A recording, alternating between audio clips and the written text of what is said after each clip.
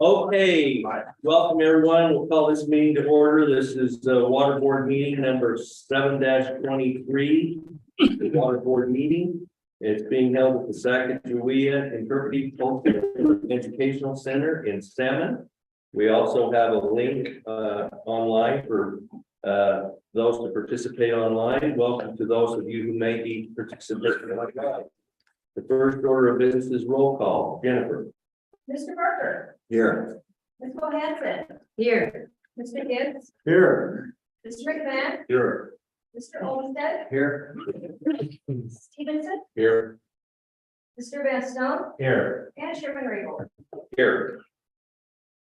Okay. The next item on the agenda is the approval of the agenda and approval of minutes. Does anyone have any suggested changes to the agenda? I move you approve the agenda. Okay, yeah, let's maybe wrap it all into one. And minutes. Yeah, you peruse the minutes. Then we have to approve the agenda and the minutes. All in favor, say aye. Aye. Any opposed? Motion carries. We're now for public comment. Did anyone register to give public comment today? I can see somebody that's anxious. John, come on up.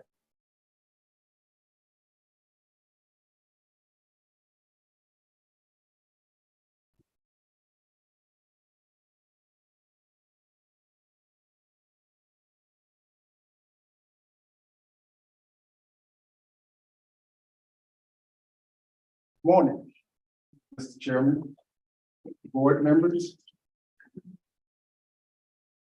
and staff. I have a couple, well, actually 3 items of interest.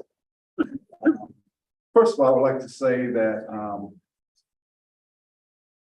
the news of the director, Gary Spackman, retiring, caught me by surprise, but I know that he's happy and I wish him well in his retirement. So I'm pretty sure I will see him around town.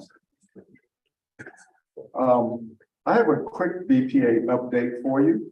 3 items that I just mentioned. I would like to just touch on the new agency strategy, because the other one came to a 5-year conclusion in 2023. So our fiscal year, of course, starts in October.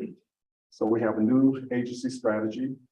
I want to touch on the month of August heat wave and what's going on with water rates, both for our power and transmission. This strategy plan will continue advancing the groundwork and success from the 2018-2023 strategic plan and meet our customers and regional evolving needs.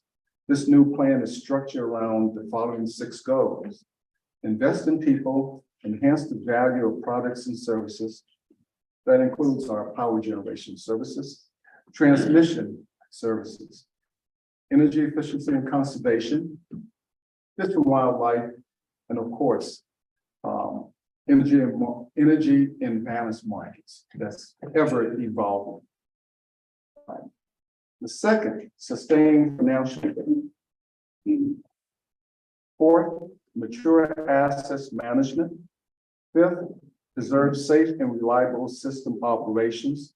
And finally, 6, modernize business systems and processes. This new plan is building off the great accomplishments and the strides that BPA made as an agency under the old plan. Everything we accomplished as an agency across the business lines within teams is only possible through the people, which is why our first strategic goal is invest in people. Moving on to the August heat wave. Last month, the Northwest experienced record-breaking temperatures. BPA broke its record for summer power demand. Going to the heat wave, staff in our power and transmission business line took steps to keep BPA's operations safe and reliable. Transmission staff restricted maintenance to keep as many lines in service as possible and maximize the power. They also coordinated with neighboring utilities to keep more eyes on the system and improve their response to any system events that could arise. By maintaining a reliable grid, transmissions supported power, our power service side, ability to meet record-breaking summer peak load. On Tuesday, August the 15th, demand hit just under 9,100 megawatts, which is 319 megawatts above the previous peak in June of 2021.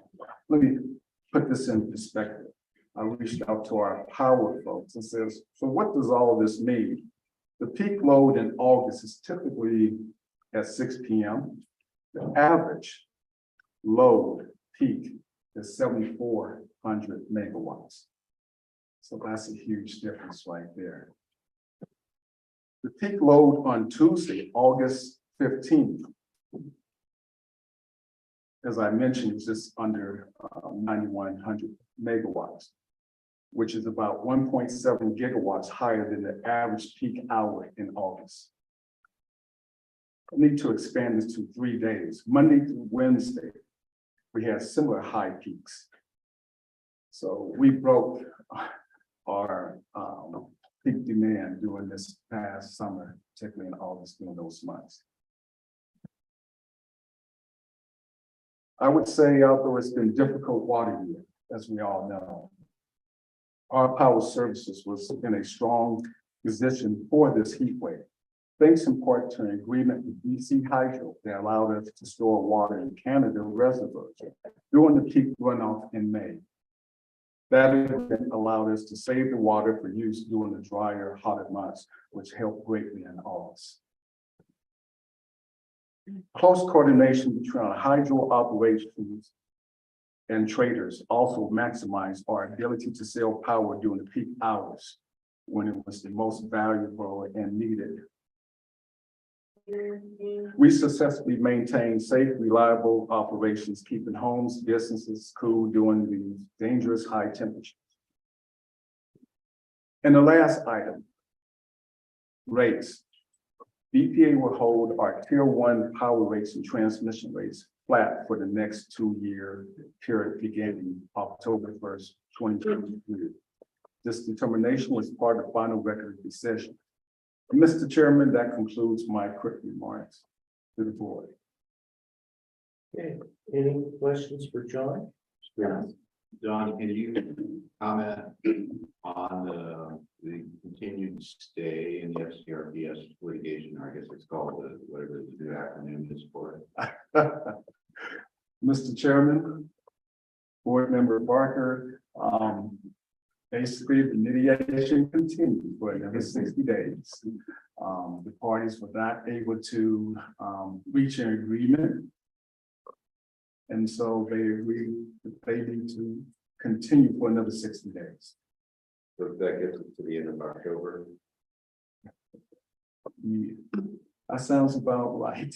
Because you're right, because I think we're August 31st, so another 2 months. Okay, Brian?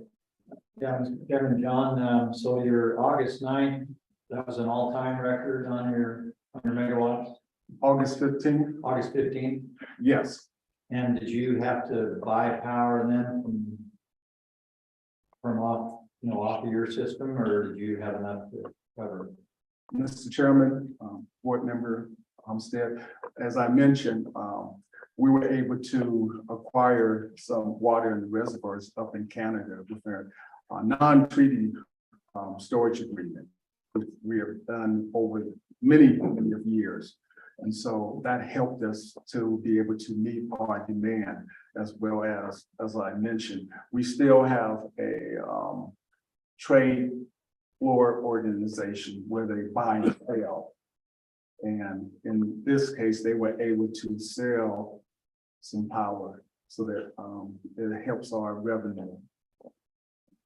Did the Canadian reservoirs end up low with the drought up there? I mean, we're a lot better in the Snake, but I haven't heard how the Columbia River reservoirs are going into winter. That I do not know. Thank you. Any other questions? Follow up to Mr. Olmstead's question. If you didn't have the lower 4 snake dams, would you have been able to meet that demand? Mr. Chairman, another good question. I would assume based on the past 5 years, when we've had cold snaps and heat waves, before those lake dams were cranking away.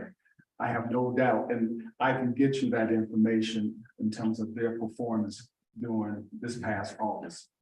But I would assume they operated like they have been in those past 5 years in terms of being able to produce and help us meet the demand. All right, thank you, John. Thanks. I do have one more question. I don't know, John, you have any additional comments or insight into the status of the negotiations under the Columbia River Treaty with Canada? Mr. Chairman, Board Member Barker, John, our administrator, John Harrison, believe we're getting close. There's still some concerns in terms of Canadian entitlement, which our customers are really pushing for.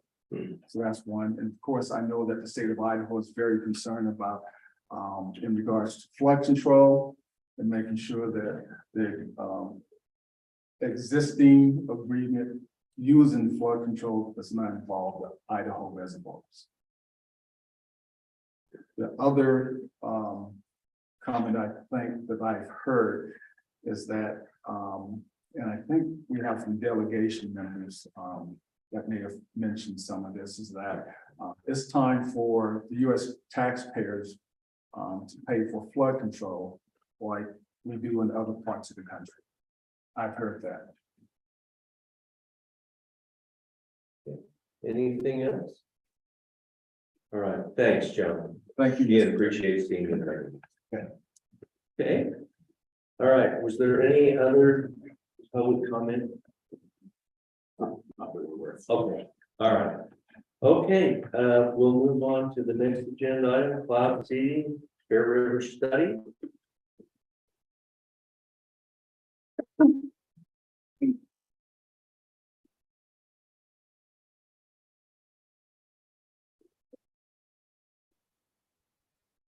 Okay, board members, what's your preference? Do you want those lights off so you can see the screen better? Okay, yeah, okay, all right, I just, the shadow, you couldn't see anything when John was up to the, so I was trying to brighten that up a little. All right, well, good morning, Mr. Chairman, members of the board. I'm going to very briefly get us kicked off on this before I turn things over to Dr. Tessendorf to walk through the results of our feasibility and design study. But I will start with a brief background on the study before I turn things over for the results. Dr. Tessendorf will as well go over the results of our shared infrastructure assessment between the Bear River Basin and the Upper Snake River Basin.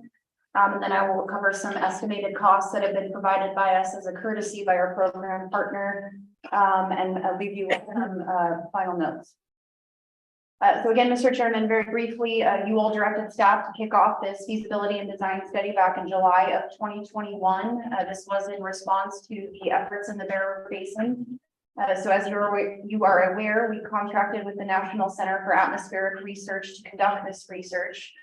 $340,000 was about what we budgeted for the feasibility and design portion. And then we additionally asked NCAR to do the shared infrastructure assessment, which was another approximately $50,000. And I will just note that on the shared infrastructure assessment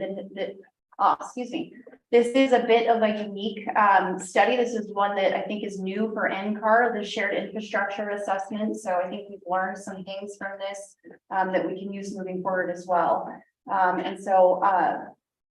With that, Mr. Chairman, I'm just going to go ahead and turn things right over to Dr. Tessendorf with the results. And then when she is finished up, I will wrap up with some estimated costs for you all.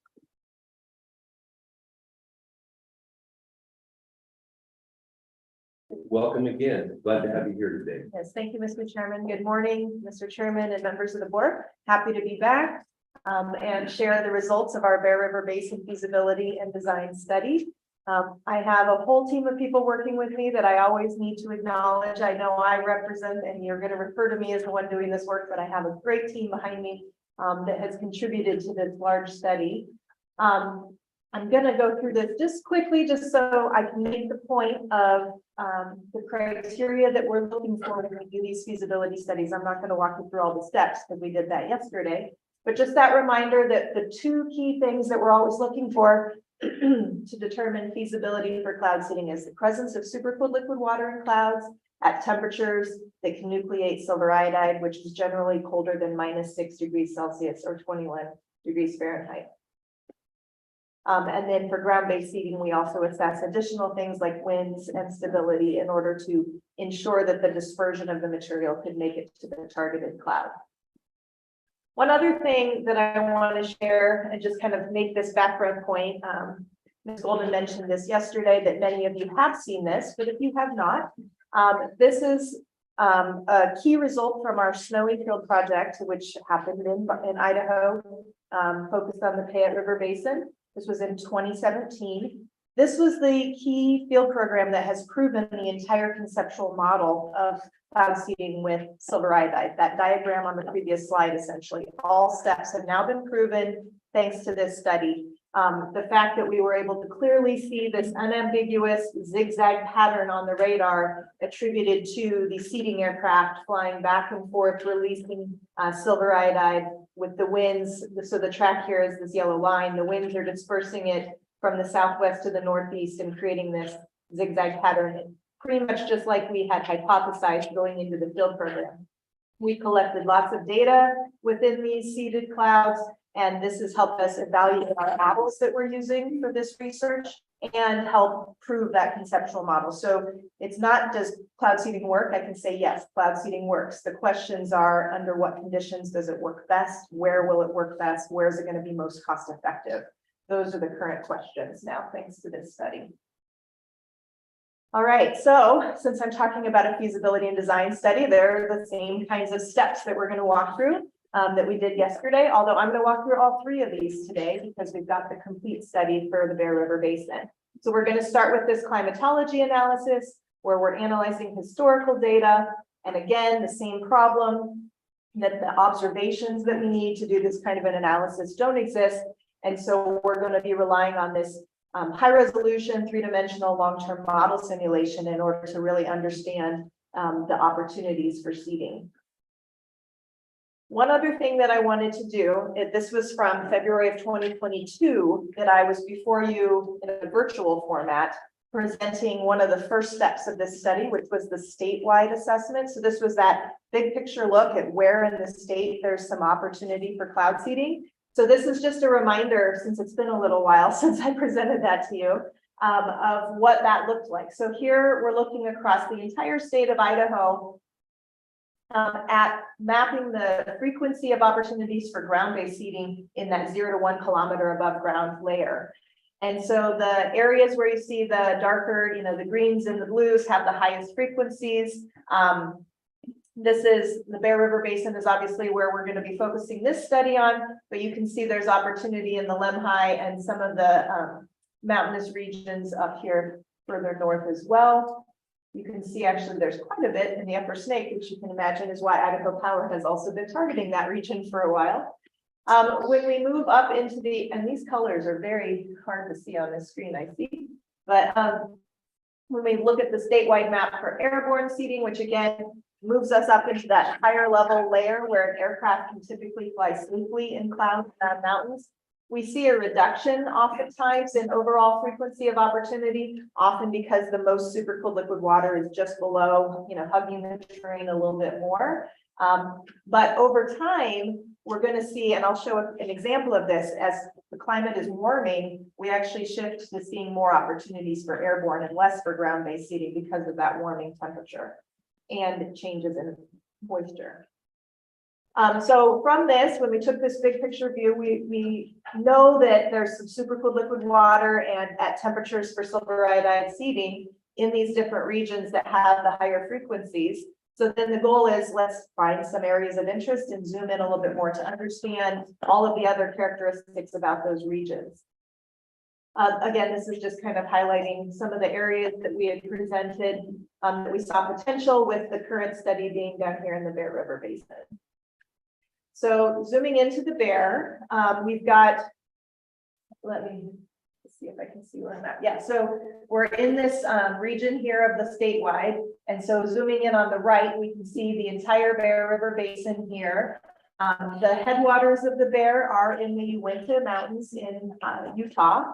And then the river flows north and curves around the north of the Bear River Range before terminating in Great Salt Lake.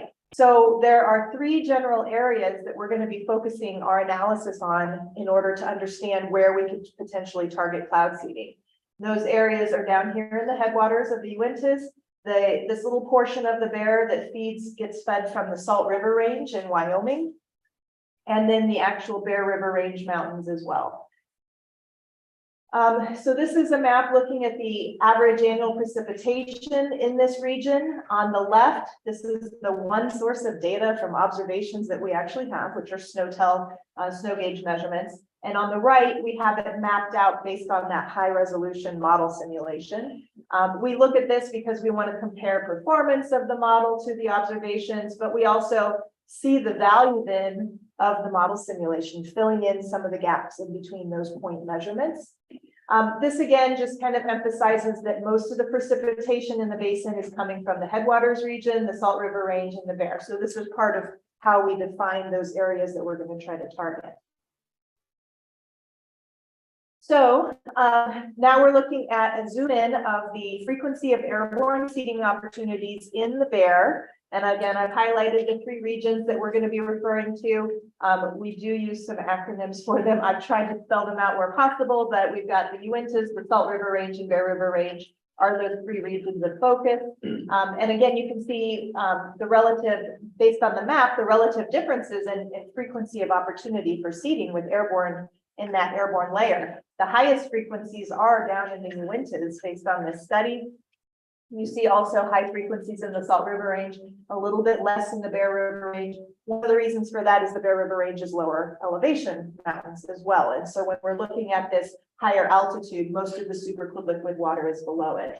Second, Brian. Mr. Chairman, sorry to interrupt, Sarah, but so the number 3, the Bear River Range, is the back side of that then connect to the Blackfoot drainage then? It does not. I don't think so. Blackfoot, excuse me. Yeah, no. That line where it's squiggled down. That would be. That's the drainage, yeah. That would be the edge of the black. Okay, so it would not be any end of the Blackfoot probably. Yeah, so and the northern end of this basin is just Depends on who you're talking to. If you're talking about low power, it's going to affect.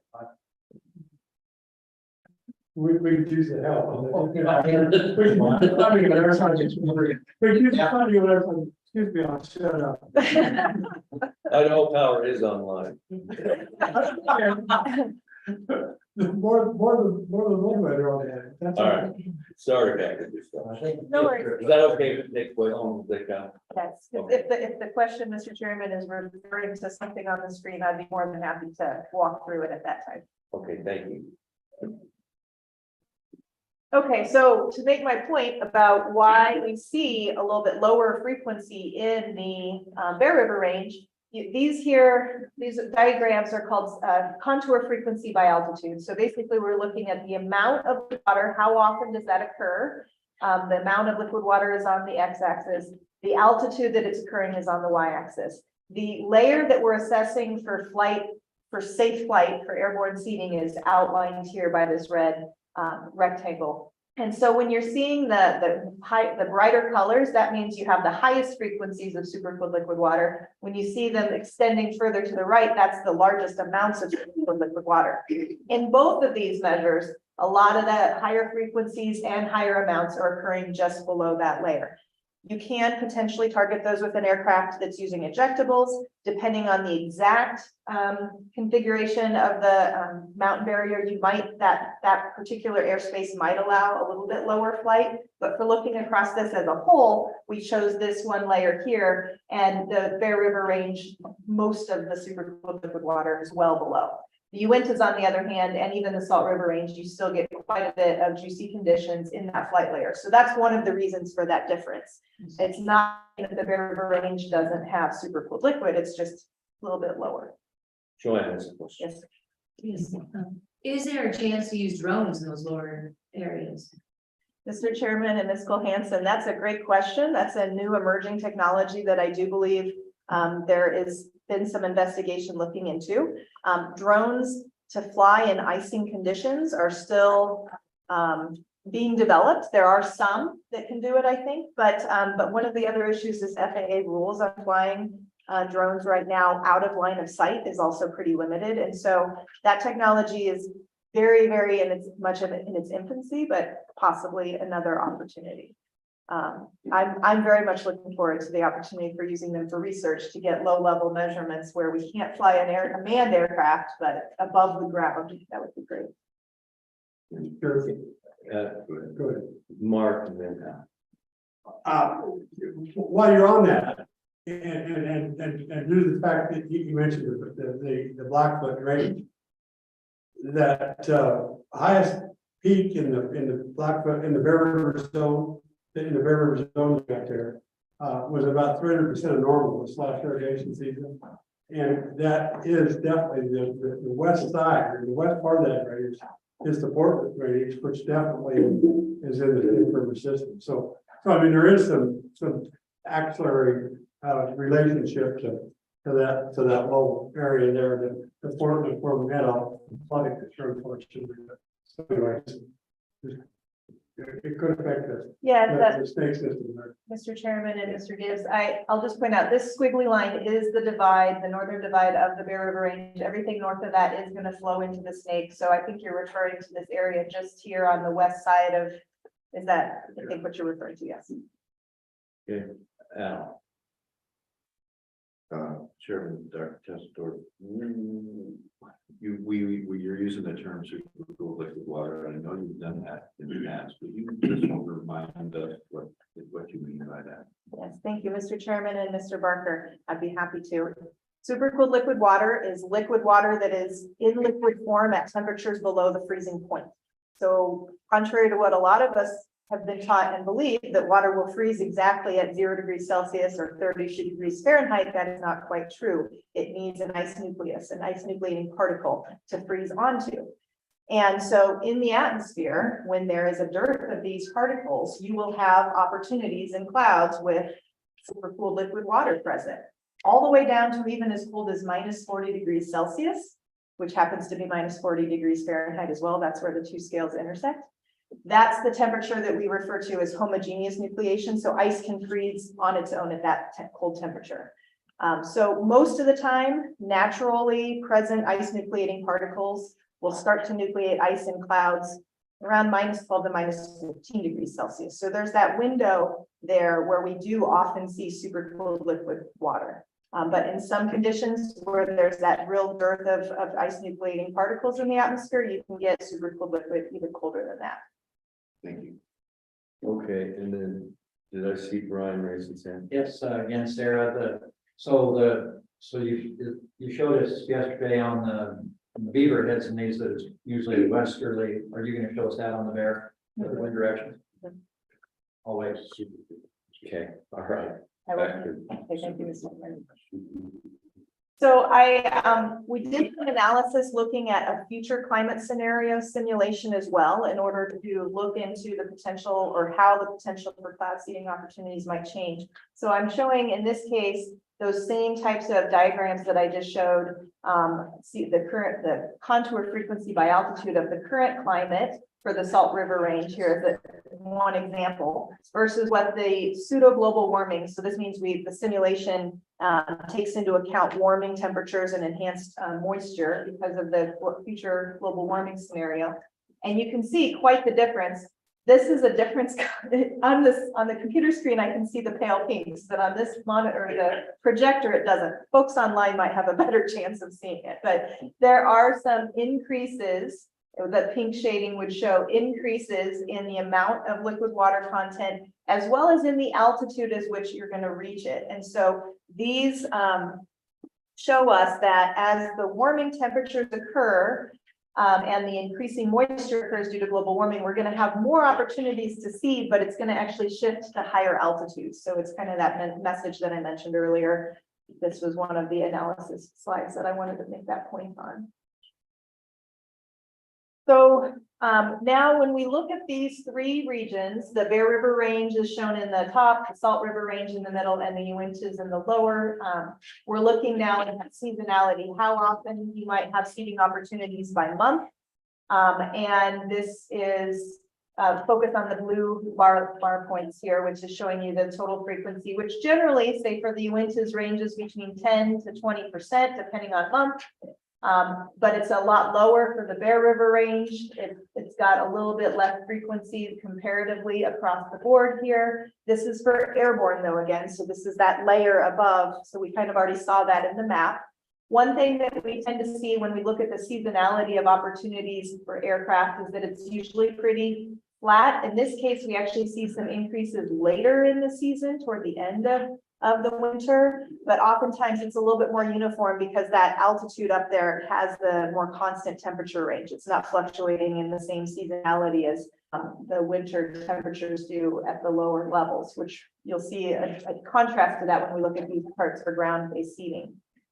When we look at this for interannual variability, this particular study was done using a 13-year simulation. So we have results for each one of those years. And then on the far right is the 13-year average. So you can see, again, there's interannual variability. On average, we have about 8% of the wintertime months of November to April that meet seating criteria for airborne seating in the Bear River range.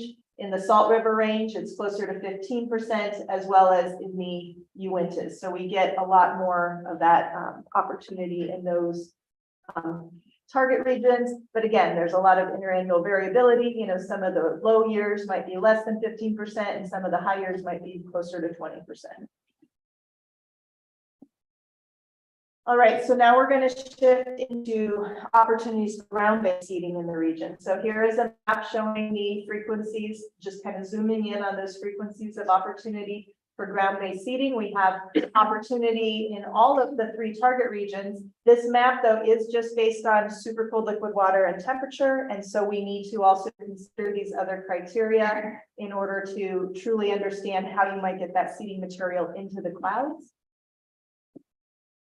So when we take into account all of these other factors, so what we're going to look at here, this is the monthly seasonality to seating opportunities. We're going to look at the blue bar, which is just temperature and liquid. And then we're going to compare that to the orange one, where we've reduced it based on that Froude number that I mentioned yesterday. It's an indication or an index of how likely the winds will be blocked and go around versus up and over.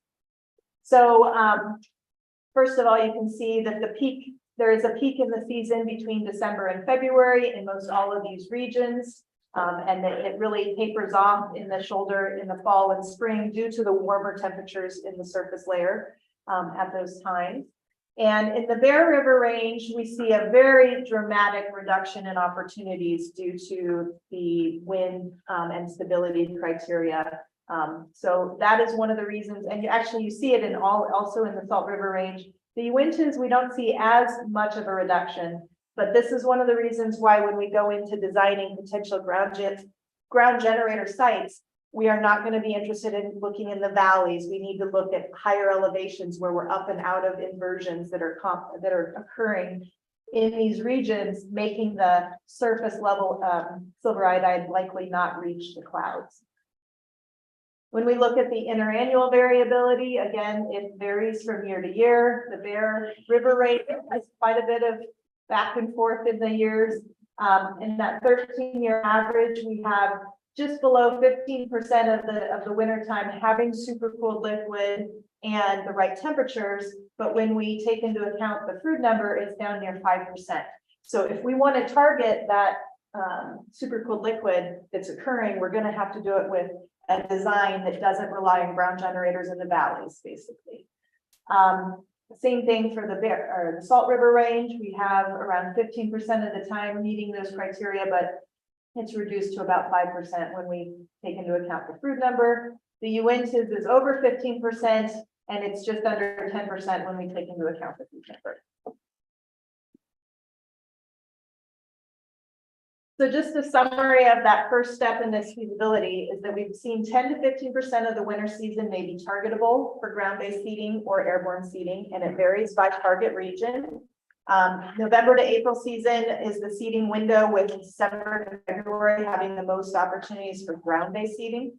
I didn't show this, but 30 to 50% of the precipitation that falls falls under seedable conditions. So that's just an idea of how much precipitation is falling in those opportunities where we do see seeding conditions.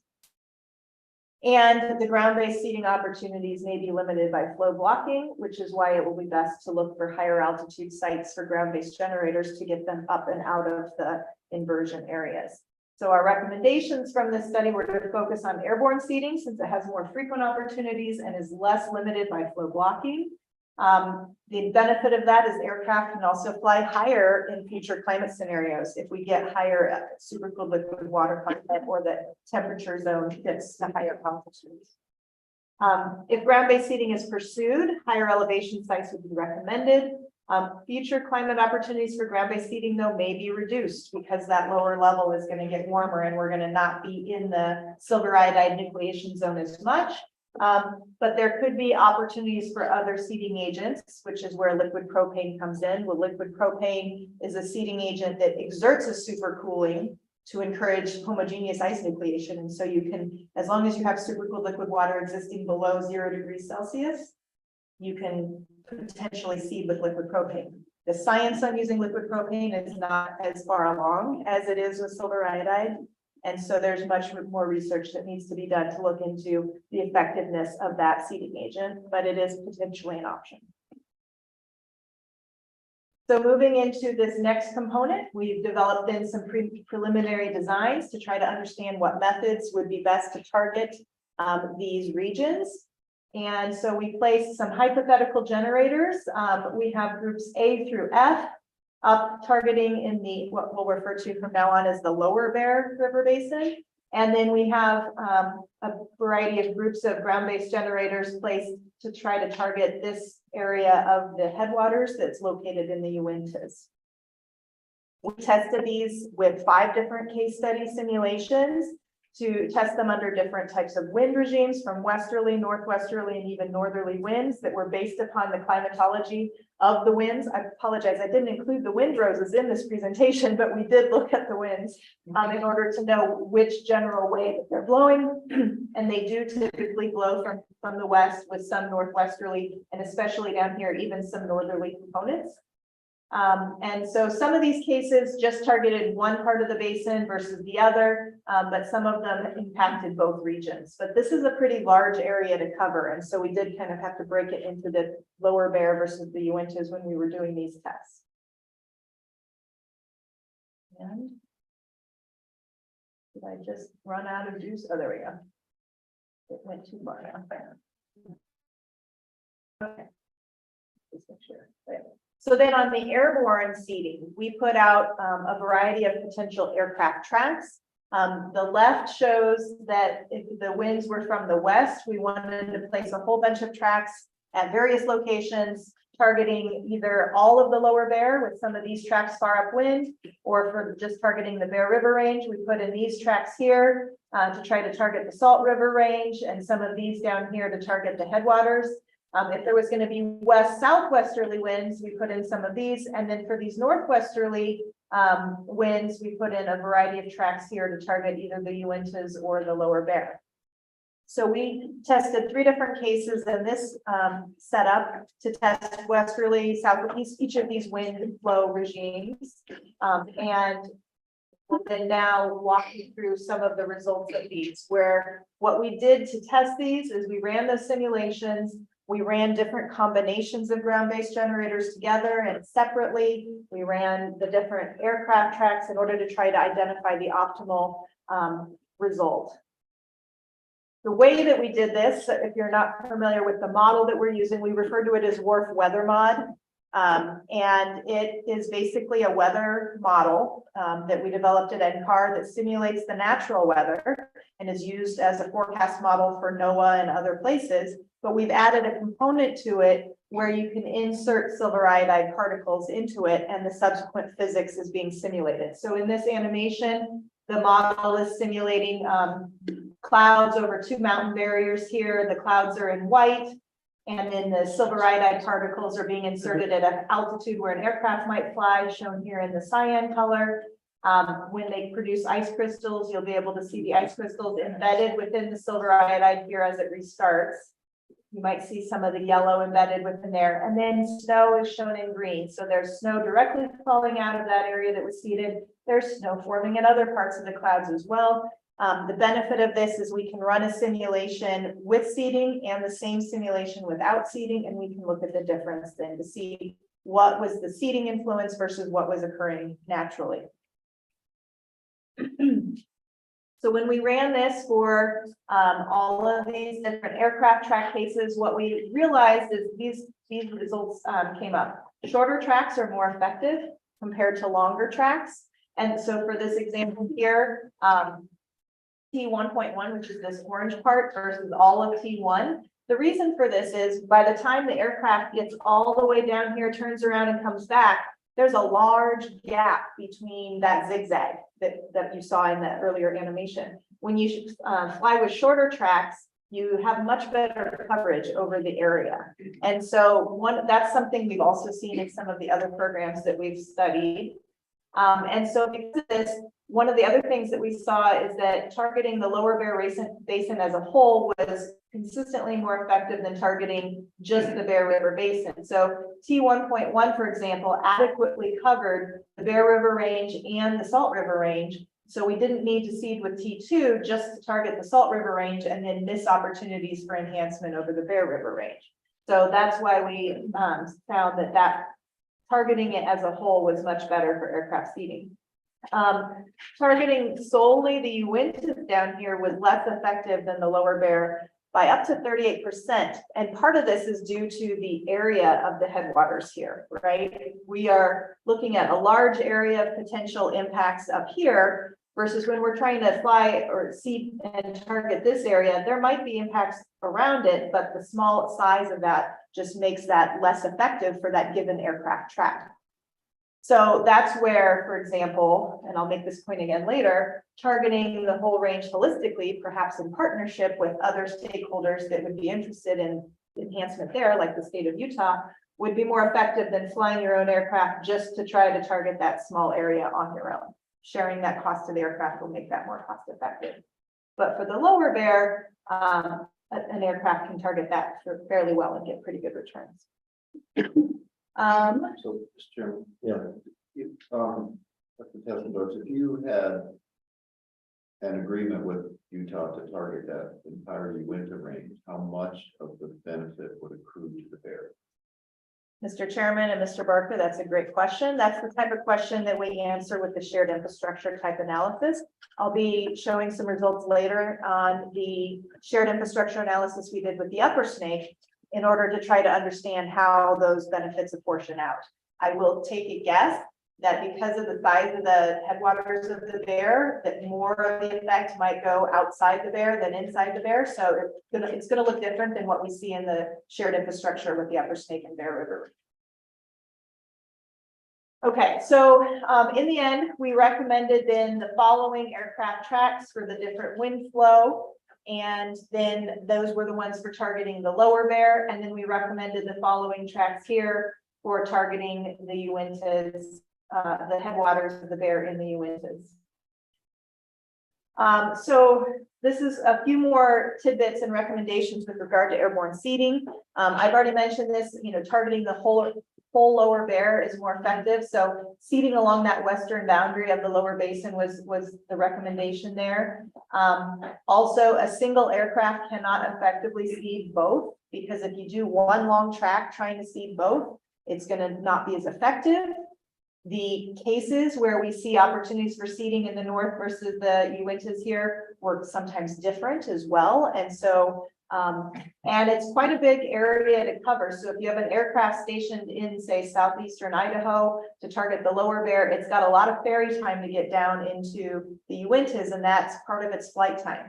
Airborne seeding can be very effective because you can insert the particles directly in the cloud, but it has a shorter and limited flight time too, compared to ground-based seeding where you can turn them on and run them for as long as you need to. So that is another trade-off to always keep in mind. And so ferry time is important because it cuts into that seeding time. The other thing about some of these tracks down here targeting the Uintas, this track in the blue It's possibly going to be limited by airspace availability. As you can see, it flies right over Salt Lake City area, and that airport is a busy airport. And so when working with an operator, that's a consideration to plan for and adjust it as needed. Flight tracks can also and should also be adjusted upwind and downwind based upon wind speed of the given case. If it's slower wind speed, you can seed closer. If it's a faster or stronger wind speed, you can seed a little bit further upwind. And so those are things that a good operator would work to establish with you.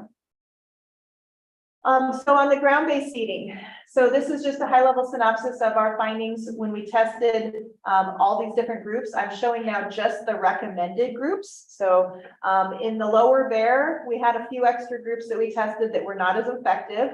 But what we did was we ran simulations with all of our potential groups on at the same time. And then we kind of used that as our baseline of how much of that effect do we get when we run the others on their own. So that's what these percentages are showing here. So our top ranked groupings were groups B, D, and A, or B, B, and C, which both got on the order of 80%. Those three groups alone, or to combine, got on the order of 80% of when we ran with all of our hypothetical generators. But that's for a total of 15. If the program, if it's more effective to run 10 generators, then we recommend groups B and D together, which those two groups generated 70% of the effect on average, combined to running all of our hypothetical generators. And if there were only going to be 5 generators deployed, group B, it's just under half, but still for 5 generators compared to all the ones that we tested, that group alone was contributing on average to just under half of the effect. So this is one of the ways that then, you can determine based on cost of these different generators, what's going to be your best return on that investment. For the Uintas region, again, we have just so much more potential targeting the lower Bear than we do this very small area of the headwaters.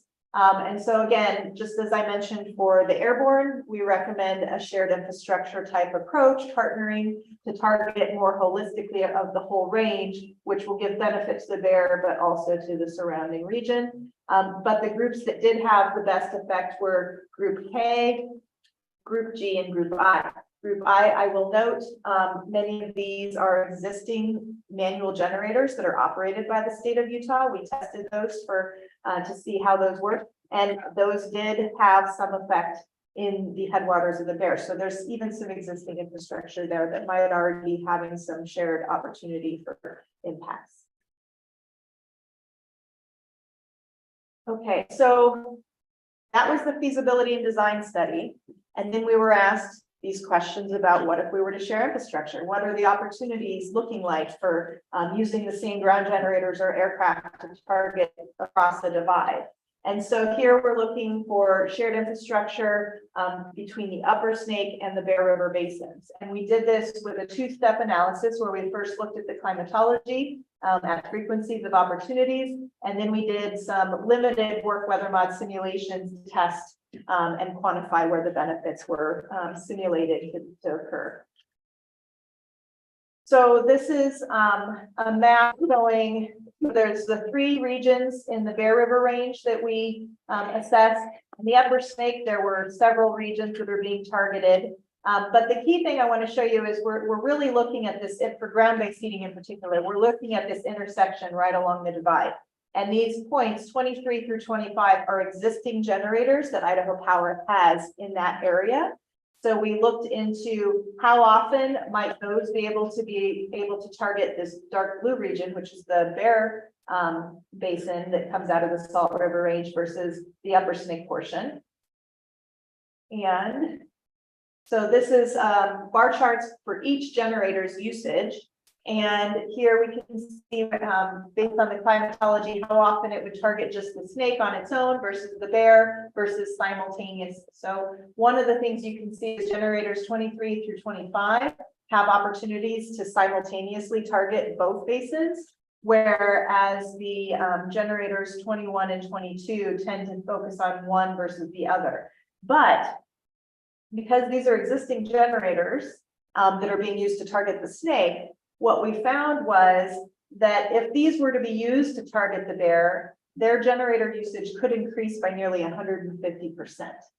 So there are opportunities. These were the southernmost generators. So those generators are being used under southwesterly winds to target the snake, but westerly and northwesterly winds would allow it to target the bear, and they may not be turned on right now under those type of wind conditions. So that's one opportunity using existing infrastructure. Because these can target simultaneously, you can target both of the regions 25 to 45% of the time they'd be operating anyway. With aircraft, a shared second aircraft or even a third aircraft could help reduce missed opportunities in these regions. So right now, Idaho Power operates one aircraft for all of the Upper Snake. The Upper Snake, as you saw in that previous slide, has a lot of individual target regions. That's a lot for one aircraft to cover. And we already have established that a long aircraft track is not as effective. And so they have broken up their aircraft tracks to be appropriate length. But that means that they can only target one focused area at a time. So if they were to have a second aircraft, they could increase their usage quite a bit. And even a third aircraft could even benefit them because they have so many regions up there. For targeting the bear alone, though, a second aircraft, if you have at least one aircraft, you could get a large amount of the opportunities, but a second aircraft could also help. But in a shared perspective, you can see there are definitely opportunities to target and not miss as many opportunities with shared aircraft. So if you have one shared aircraft between the two, you can get just over a quarter of the time. If you have two aircraft shared between the two, you can get over 50, almost 60% of the time targeted. So there's definitely opportunities for utilizing common infrastructure. The key point about ferry time, though, still has to be considered. These aircraft would probably be would be better for targeting the lower bear, not the Uintas portion, because that ferry time from a common airport that would be able to target the snake and the bear would add a lot of ferry time to go down to the Uintas. So the question that I've been asked earlier about how much of the benefit falls in each basin. This is an analysis looking at the ground-based seeding using those existing generators, 21 through 25. Those are shown on the map in red. We also did some simulations with group F, which was a group that we did not recommend for the bear, but because it shares the divide with the snake, it might have some benefit there to deploy some additional generators. So what we're looking at here are, we ran a couple case studies. Here we have one that's got a little bit more of a northwesterly wind, and then this bottom case is a westerly wind case. Anything in red is showing benefit to the snake. Anything in blue is showing benefit to the bear. So you can see under a northwesterly wind, operating with all of these generators or either group on its own, nearly splits the benefit 50-50 between the bear and the snake. In terms of where the precipitation enhancement is falling out. Under westerly winds, though, most of the benefit still is getting into the snake. So this is one of those things that can help with regard to, depending on how and when these are being operated, you can understand that more of the benefit is going to go into the snake under westerly regime, but that northwesterly regime with these generators, especially the existing ones, that's where you have your most opportunity for also targeting the bear. For airborne seeding, we tested one case for this because we had limited scope on this task, but this case was a west-northwesterly wind. We tested some additional tracks, T3, 4, and 5 were some tracks that we put out there for this study. T1 and T2 are actually existing tracks that Idaho Power operates. And as you can see, they look like one long track, but they've broken it into a south track and a central track for that reason that it's better to go a little bit shorter than longer. And so we ran these simulations to show that the existing track, T1 in particular, can yield benefit to both the snake and the bear. And so that's, again, an example of this is already an existing track in use, and under certain conditions like west-northwest winds, there is impact falling into the bear headwater, or not headwaters, but the Salt River Range portion of the bear. So just some key takeaway points from everything that I've just presented, which I feel I took a lot longer than I had planned, and I apologize. I wanted to help you get out of here on time. So we've conducted this feasibility and design study.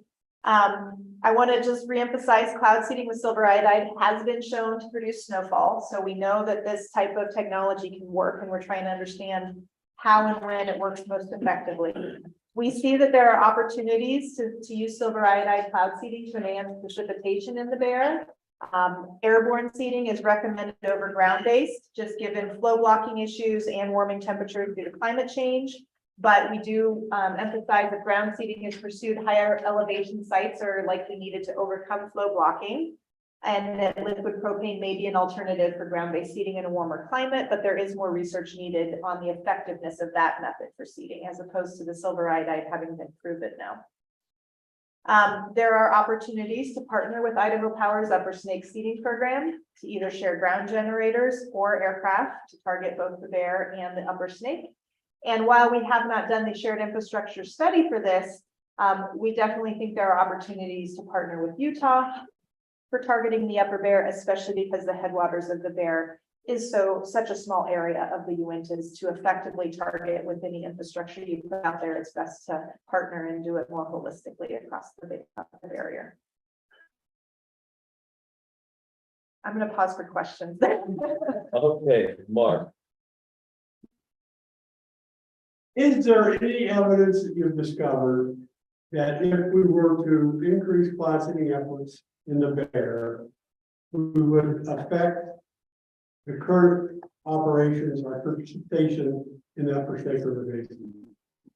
Does one hurt the other, or do they both help? It looks to me like they both increase participation in both places, but that's my question. Thank you, Mr. Chairman and Mr. Gibbs.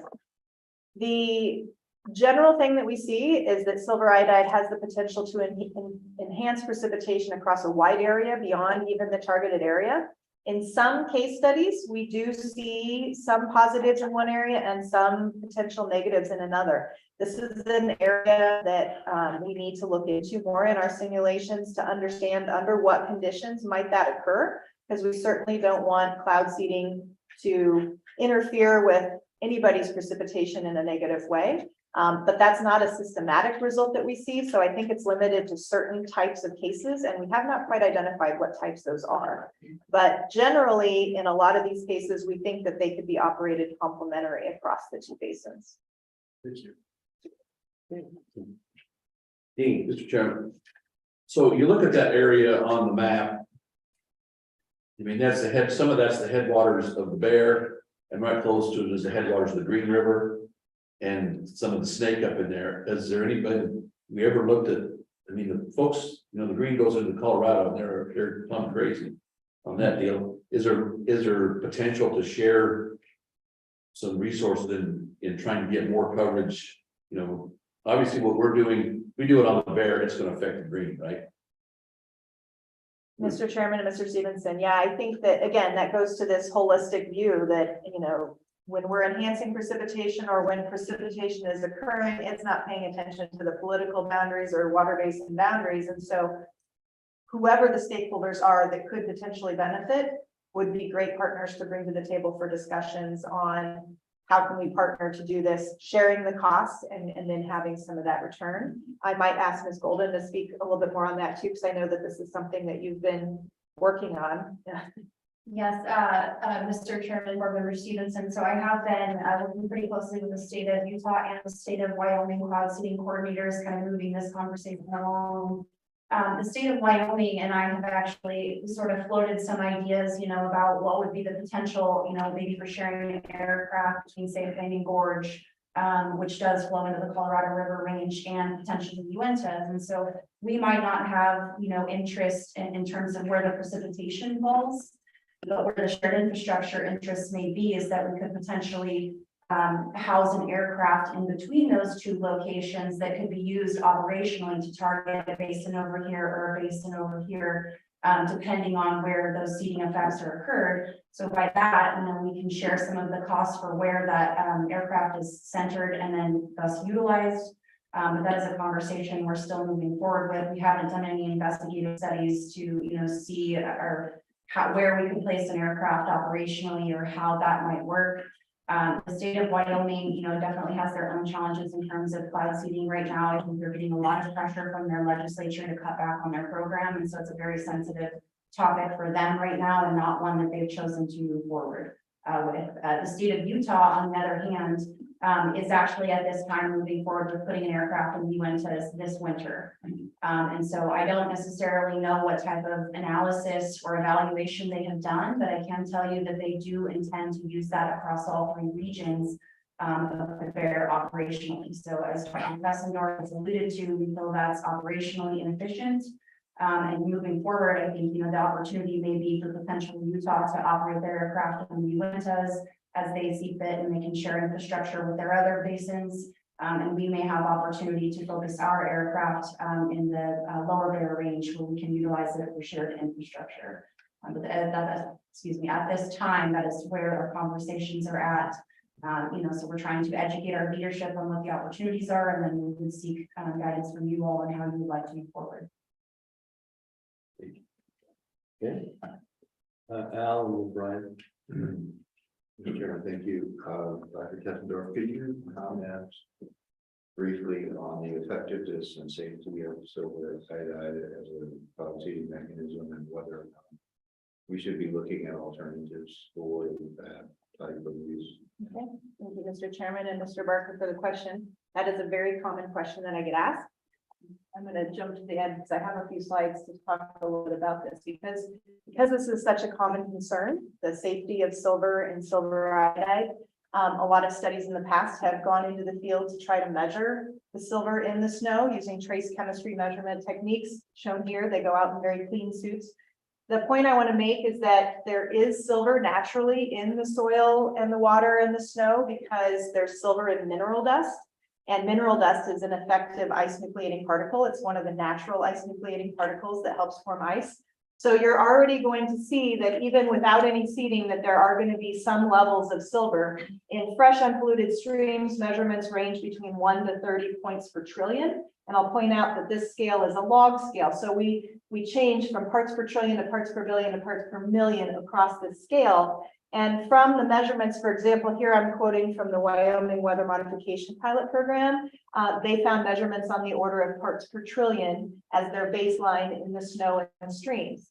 And then, and so this is already far less than what we would expect from other background sources. So when we went into the field for their field study where they were seeding, they took these baseline measurements the prior year to seeding, and then they took them over multiple years of seeding. They measured multiple species, but here in the bright red left bar is the silver measurements. That measurement prior to seeding, that baseline is illustrated with this dashed line, and you can see it actually hardly gets above that even in the seeded years. We're putting out very small amounts of silver from the cloud seeding to the point that it's really hard to detect any change above the natural background levels that are already there. So from this, we've concluded that the silver iodide seeding that's being done at present in the size of the programs that are being utilized is not a safety concern. I'll also point out that EPA and WHO guidelines for silver in snow and water are orders of magnitude above where we're measuring them. So we would have a long way to go to get into a level where it would be concerning. But I thank you for this question because it is a very common question that we get asked, and it's an important one for us to be able to educate our constituencies on. Mine probably not for the doctor, but maybe for Brian. Is the lower Bear a critical groundwater area in Idaho? Mr. Chairman, Mr. Olmstead, there is a groundwater management area in Bear in the Grace banquet area within the Bear River Basin. Okay. Other question? Okay. Mr. Chairman, I'm going to back up a little bit because Ms. Golden has a few slides to wrap up this section for us. Thank you for your time, Chairman and the board. Okay, Kayla. All right.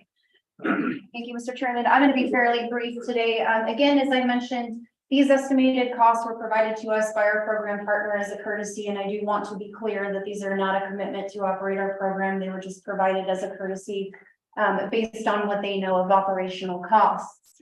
And so what you're looking at here on the left is what they have estimated costs might be for our initial year. So this includes our capital for development. I'm having a little hard time. I think this is just our aircraft up here on the left. So aircraft is not necessarily a lot of capital investment, but this is really showing a lot of their first year. So they've broken this out for us in fixed and variable costs. Each aircraft does have to have, or if we were to add an aircraft, we would have to add an additional meteorologist to support that aircraft. So Idaho Power has given us some rough costs for what they think that might look like, both in the initial year and ongoing. And again, you'll notice those are the same because we don't really have capital costs. In terms of generators, so siting generators, as we discussed yesterday, comes with its own set of challenges. When we're looking at these higher elevation sites, typically what we're going to be looking at is federal land. Each federal agency has different sets of criteria, for siting things on land. Some other programs have even seen NEPA requests for siting generators on land. And so based on our history of our program and how we've developed out our existing collaborative program, Idaho Power feels that it's reasonable to put out about 5 generators a year. And that is including the challenges with siting, locations, getting permits, leasing, all of that. And so they've put together some costs if we were to want to put together 5 generators for this year, what that would be for capital and what they think it would be ongoing. And so one point that I do want to make with the generators is that currently there is no off-the-shelf company where we can go out and buy generators. So Idaho Power has done an incredible job over the last several years improving their technologies. And they have developed all of our existing cloud seeding remote generators. And so we have identified a couple other folks who are starting to develop some. Desert Research Institute out of Nevada has started developing a version of the remote ground generator. Utah's operator, North American Weather Consultants, has as well started developing some sort of a remote generator. So in addition to the aircraft that I just mentioned that Utah is planning to implement this winter in the Uinta range, and I will also, again, they are planning on utilizing that across the basin. They have since recognized that maybe the science is evolving, so the history of Utah's programs has only been a manual generation program. They've never operated aircraft, and they have never operated remote ground generators. And so this year they are aiming to put 2 remote ground generators in the Bear River region. A couple of those generators, they actually fall on the Idaho side, in which case they will be required to come before you all for an authorization to utilize those generators. So I did talk to their coordinator. They are planning on putting about 7 generators over the next couple of years into the Bear.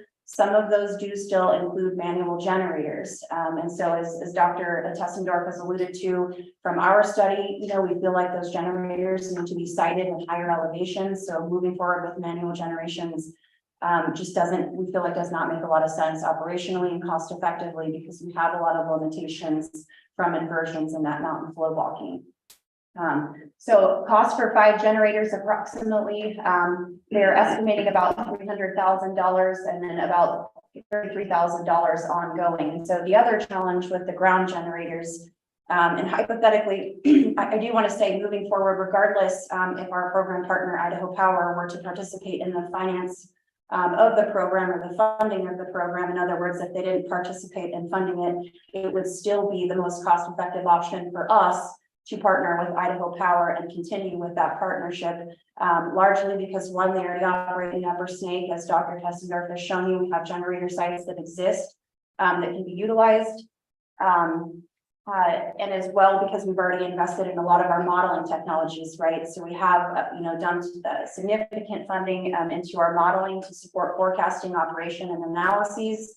And at this time, there's just not any other operator out there who has those technologies, the licensing and ability to utilize those investments that we've already made. And so for a lot of reasons, regardless of how we collaborate on the funding of the operation, it's still going to be the most cost-effective option for us to move forward with our existing program partners. The challenge for that, if we are to move forward with our existing program partners, is that they do not have the staff to support a larger operation, and they may not have the ability to grow their staff to support it. And so what does that mean? So in terms of somebody being in Boise, doing the forecasting, flipping the switch on our remote ground generators, yes, they may have the staff to support that, but we will also need field crews to go out if we are implementing ground programs in particular, and to service, refill, operate our ground generators. And that is something that they feel they may not be able to support, because they are already limited in staff at this time for our ground operations. And so one consideration that we might see moving into the future is that, you know, potentially we partner with our existing program operator. They would run the show from Boise, and we may have to contract a field crew that would be trained by Idaho Power staff to support the operations on the ground. So that may be one option that we could move forward with. The other thing to support a program, we don't just have the aircraft and the generators, we have to have the data to support the forecasting. And so we will have to put in some instrumentation to be able to forecast and operate this basin efficiently. There may be some opportunities to partner with to implement some of that infrastructure, but for now, these are what Idaho Power has estimated cost for some of these instruments, and they've itemized some of these here. So the two things that you see in red here are some things that I have brought to you before. There are things that we have not yet moved forward with. One of them I mentioned yesterday, these SweetR devices. The board actually did contribute some funding in addition to Idaho Power towards the development of these SweetRs. Excuse me, as of to date, we do have a fully operational instrument. It is going to be deployed this winter. It is still being tested though. So this winter, this instrument will be deployed and tested. What we are finding is that it does really well in dry snow, but it still has some challenges in wet snow. So we will be working with our developer Cryo Toolbox LLC this winter to finalize that, and then we will come before you on a proposal to potentially consider investing in these SweetR devices for the cloud seeding program.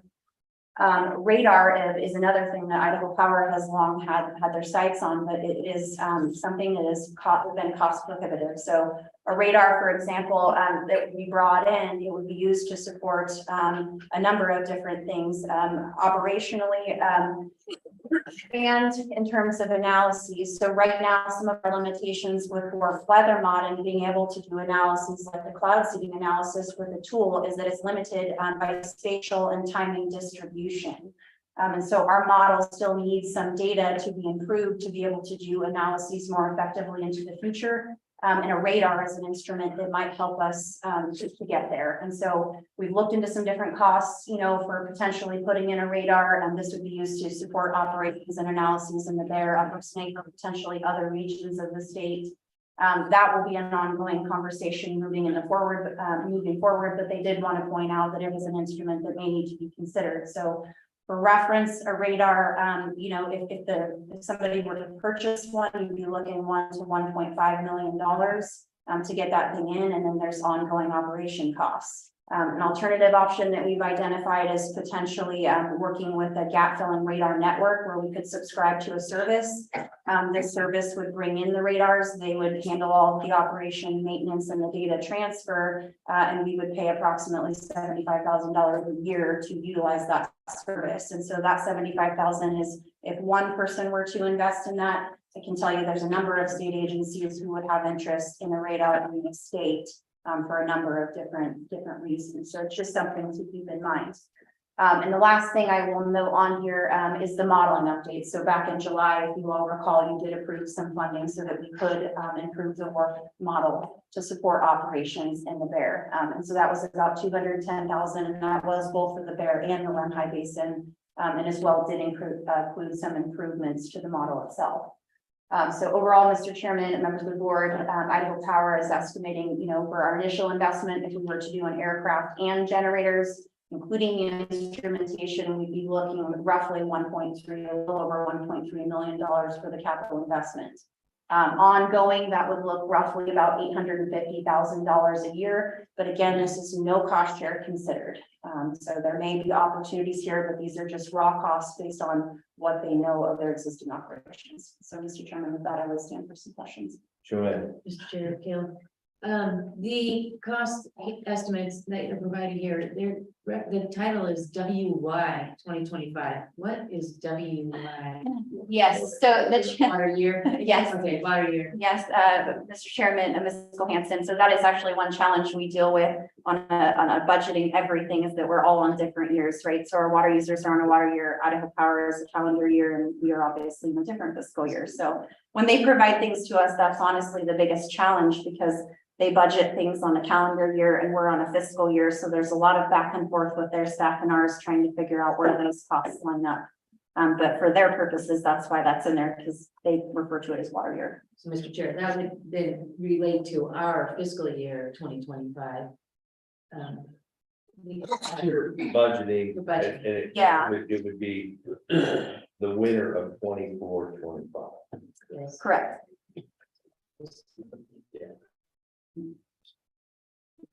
Right. So to follow up on that, Mr. Chairman, you mentioned some of those existing infrastructure could be used just in different storms possibly to target bear. Is that something we're looking at possibly trying this winter? And two,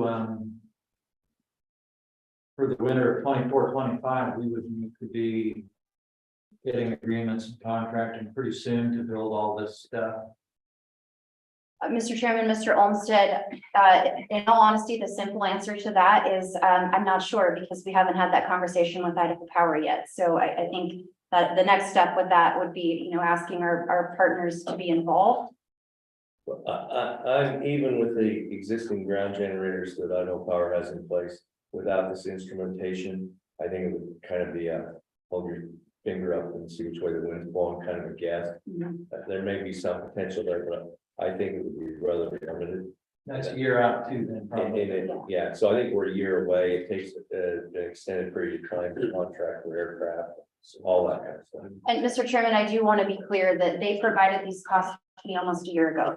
So I think realistically with how long it's going to take us to figure out how we buy generators, where we buy them, because this is a first time for us, you know, I don't think it's realistic for us to be operational next winter, 24-25. I think we will realistically, at least for ground, be looking at 25-26. Maybe for aircraft, I have talked to our subcontractor. They think it's realistic to get an aircraft airborne next winter.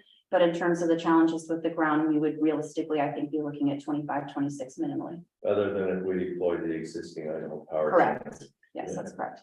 So, Mr. Chairman, Yes, so, Kayla, I guess I was maybe listening to a different tune from Dr. Tessendorf when she said that the ground generators are really not the way to go, that we should be focusing on aircraft. That's what I heard, whether that's right or not. And now we've got the idea we're going to build out a bunch of ground generators.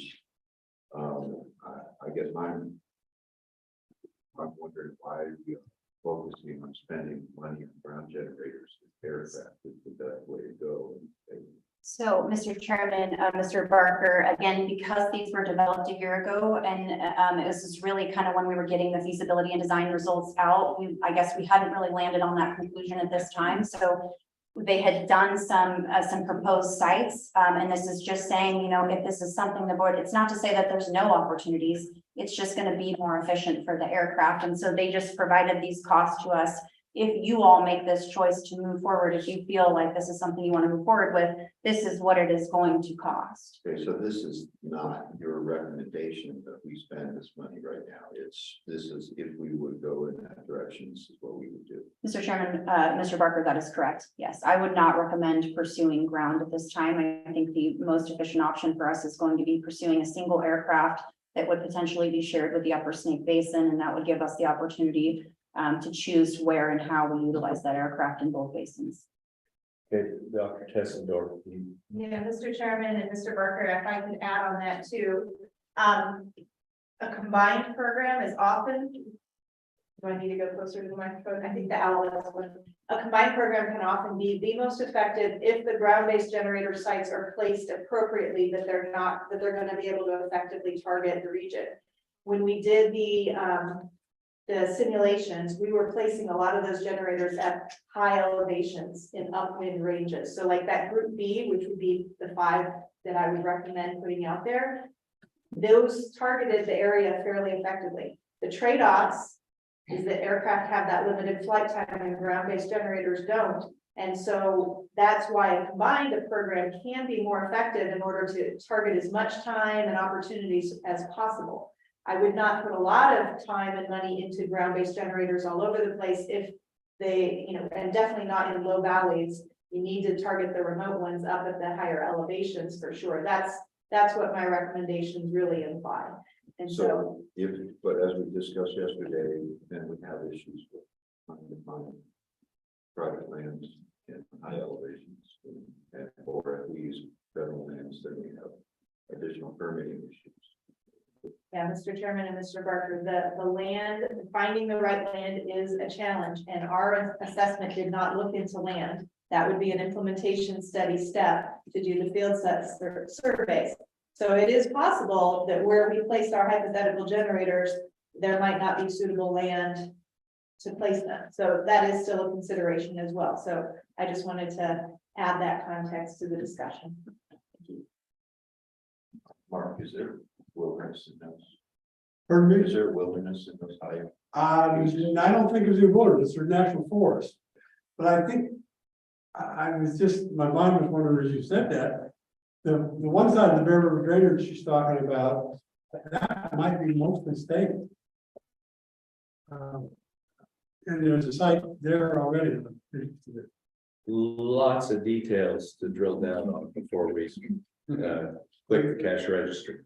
Okay, The one thing I heard that tripped my trigger is if there's 2 or 3 generators that are sitting idle when we have a northwest wind that could help us, I'd like to see them figure a way to turn those on, regardless who pays the bill.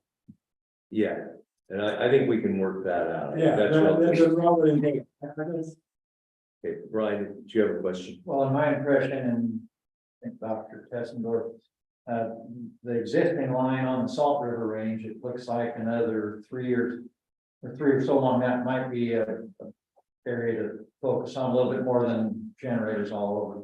Yeah, More study. we gotta work through all this, and I think we'll task staff to come back at some point with a recommendation, or maybe a couple of recommendations for us to choose from, then we can debate that and decide how we want to implement the program. Okay, any other questions for Kayla? All right, you've had our attention. Okay. We're excited. So, yeah, I'm just gonna, yeah, we've already discussed the timeline for development, so I'm not gonna leave you with Okay. that, and that's all I've got. Okay, all right. Thank you very much. Thanks for putting this presentation together. Glad it came off well today. Happy for that. Okay, all right. I think the next item is the financial report, and then I think we'll. 5 minutes. Right, We need to keep going, or well, I'm gonna do this quick and then have a break. But if you want the break now, we'll do it I now. can wait. Okay. English is fairly prompt. We'll see. Just gotta stop at some questions. Good morning, Mr. Chairman, members of the board. I'll try to keep this brief. As of June 30th, 2023, the board's available and committed balances are as follows. In the secondary aquifer fund, the board has a committed earmark but not dispersed balance of roughly 17.6 million, and an uncommitted balance of roughly 14.3 million. In the revolving development account, the board has a committed earmark but not dispersed balance of roughly 35.7 million, a loan principal outstanding of roughly 17.2 million, an uncommitted balance of approximately 2.4 million, and an anticipated loanable funds over the next year of roughly 5.9 million. In the water management account, the board has an obligated balance of approximately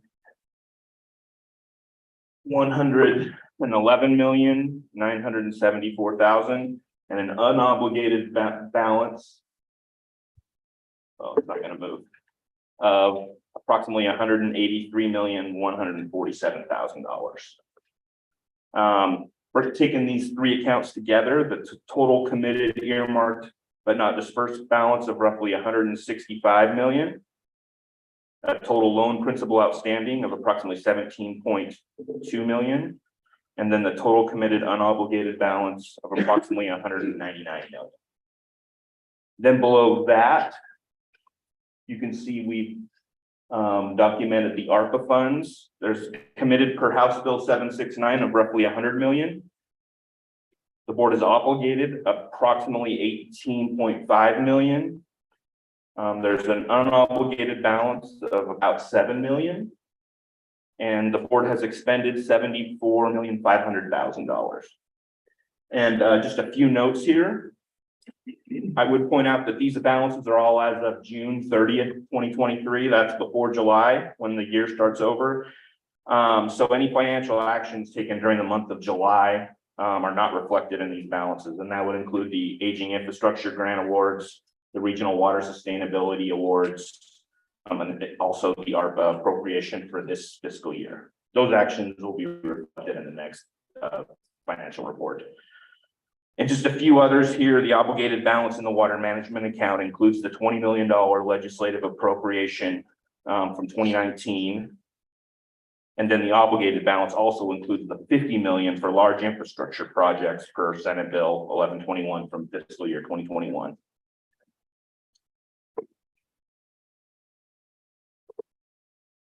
The water management account unobligated balance includes the $75 million appropriation for House Bill 769 from fiscal year 2022. This is to be used for loans, grants, other water sustainability projects. The legislature provided that no more than 1/3 of these funds would be used for grants. Then lastly here, the water management account unobligated balance also includes 150 million per House Bill 1181, and that's to be used for, again, expenditures, loans, or grants, water projects, including regional water sustainability. And with that, I would stand for questions. Any questions for Neely? I understand. Yeah. The question, Neely, on this is as of June 30th, as you pointed out, the anticipated loanable funds for next year is only 5.8 million at June 30th. What is it today? Any idea? It's going to be more. Because we got the 5 million for the cigarette tax. No, that's been a revolving development. Well, the revolving development account, that is where. Cigarette tax goes into the secondary. But, okay, It will be more, but I can't speak to how much more. Maybe a little more. okay. They can Not probably less. go home and get you that. Well, Yes. I just don't want it to be, I want to know if it's less or more, and more is better. Put money. Thank you. Okay, all right, any other questions? Okay, we will take that long anticipated break, 10 minutes. So. You know, we usually want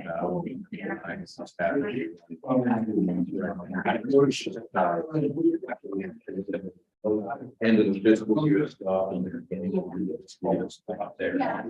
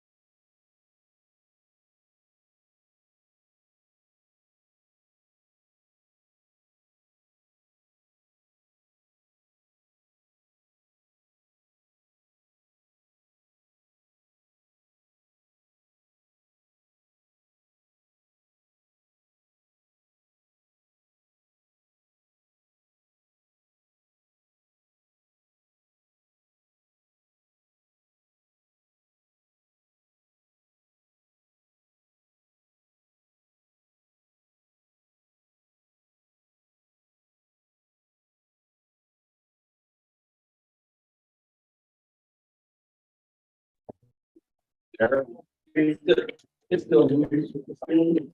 Lovely.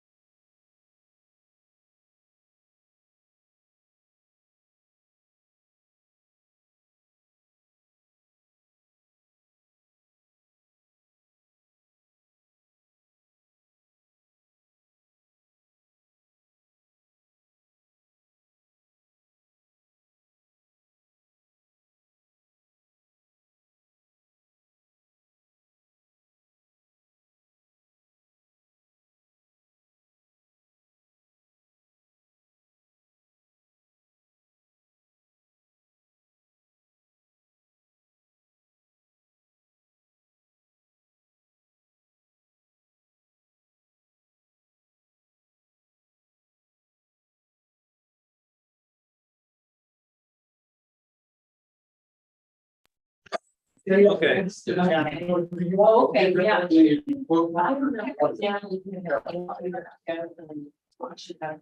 yeah. Yeah. Yep.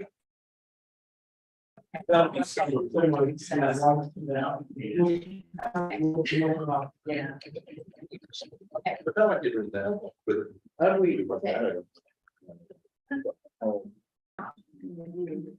How did we, how did you, what did we do? You down look at the potato chips. Oh. We rounded in.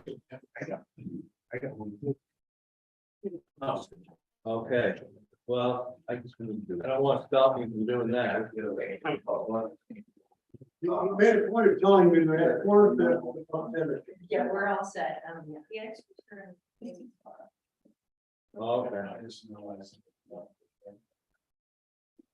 Okay, we're back online.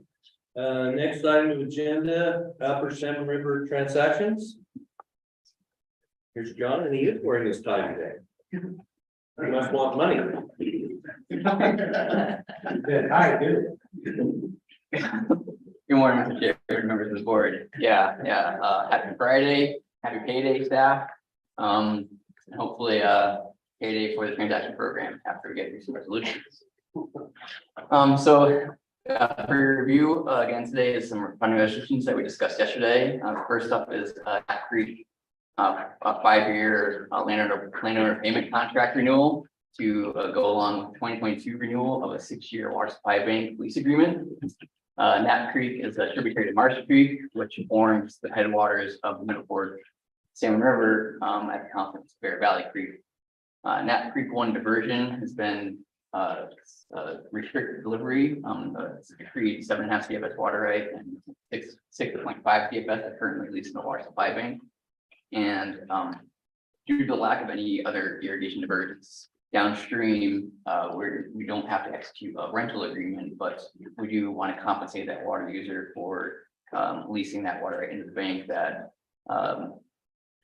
eliminates some limiting factors for salmon movements in the Nat Creek drainage. The 5-year payment contract is estimated to be not to exceed $39,000, resulting in a roughly $7,000 per year annual payment to the water user. And with that, I will stand for any questions on the Nat Creek 5-year renewal. Any questions for John? Okay, we have a resolution before us. Chairman, I propose or that we adopt the resolution. Have a motion, is there a second? Been moved and seconded.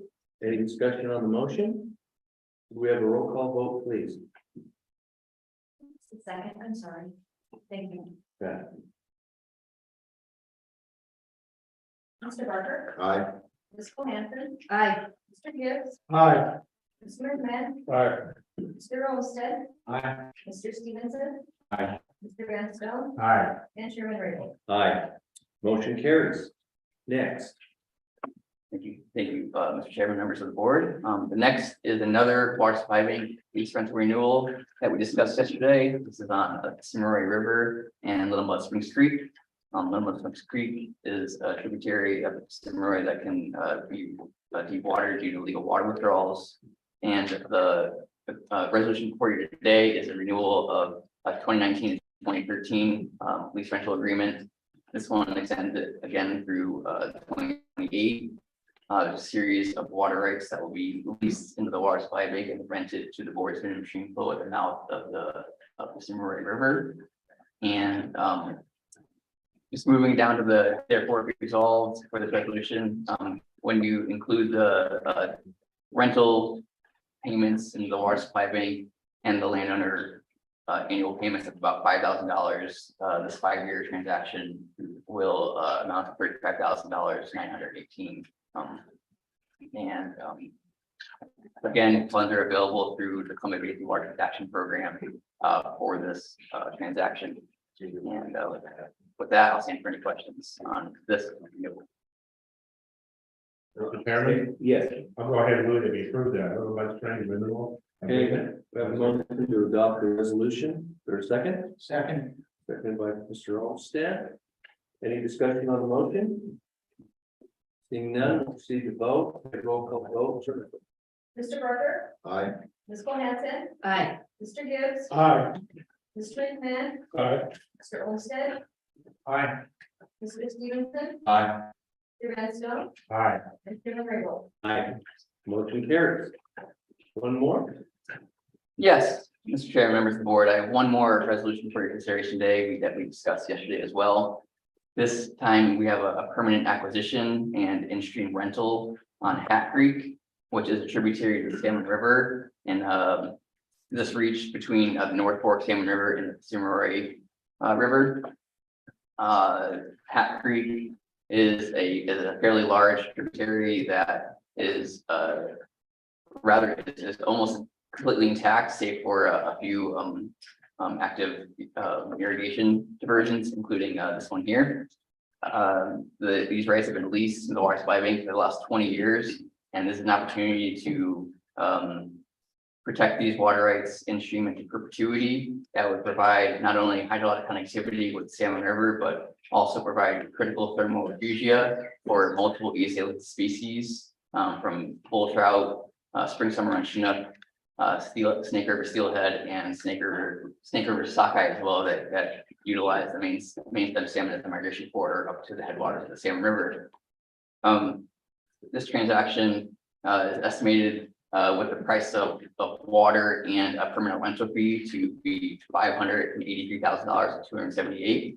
That is going to be available through the Columbia Basin Water Transaction Fund and the Idaho MOA Fish Accord with the EPA as well. And with that funding in place, I would ask the board to make a funding commitment at this time and that amount for this acquisition and permanent stream rental. Okay. Any questions for John on this resolution? Chairman, I would vote, or I propose that we adopt the acquisition resolution. Is there a second? I'll second. Seconded by Pat. Any discussion? There being none, let's proceed to vote. We have a roll call vote, please. Mr. Barker, Aye. Ms. Cole-Hansen, Aye. Mr. Gibbs, Aye. Mr. McMahon, Aye. Mr. Olmstead, Aye. Mr. Stevenson, Aye. Mr. Van Stone, Aye. and Chairman Raybould. Aye. Motion carries.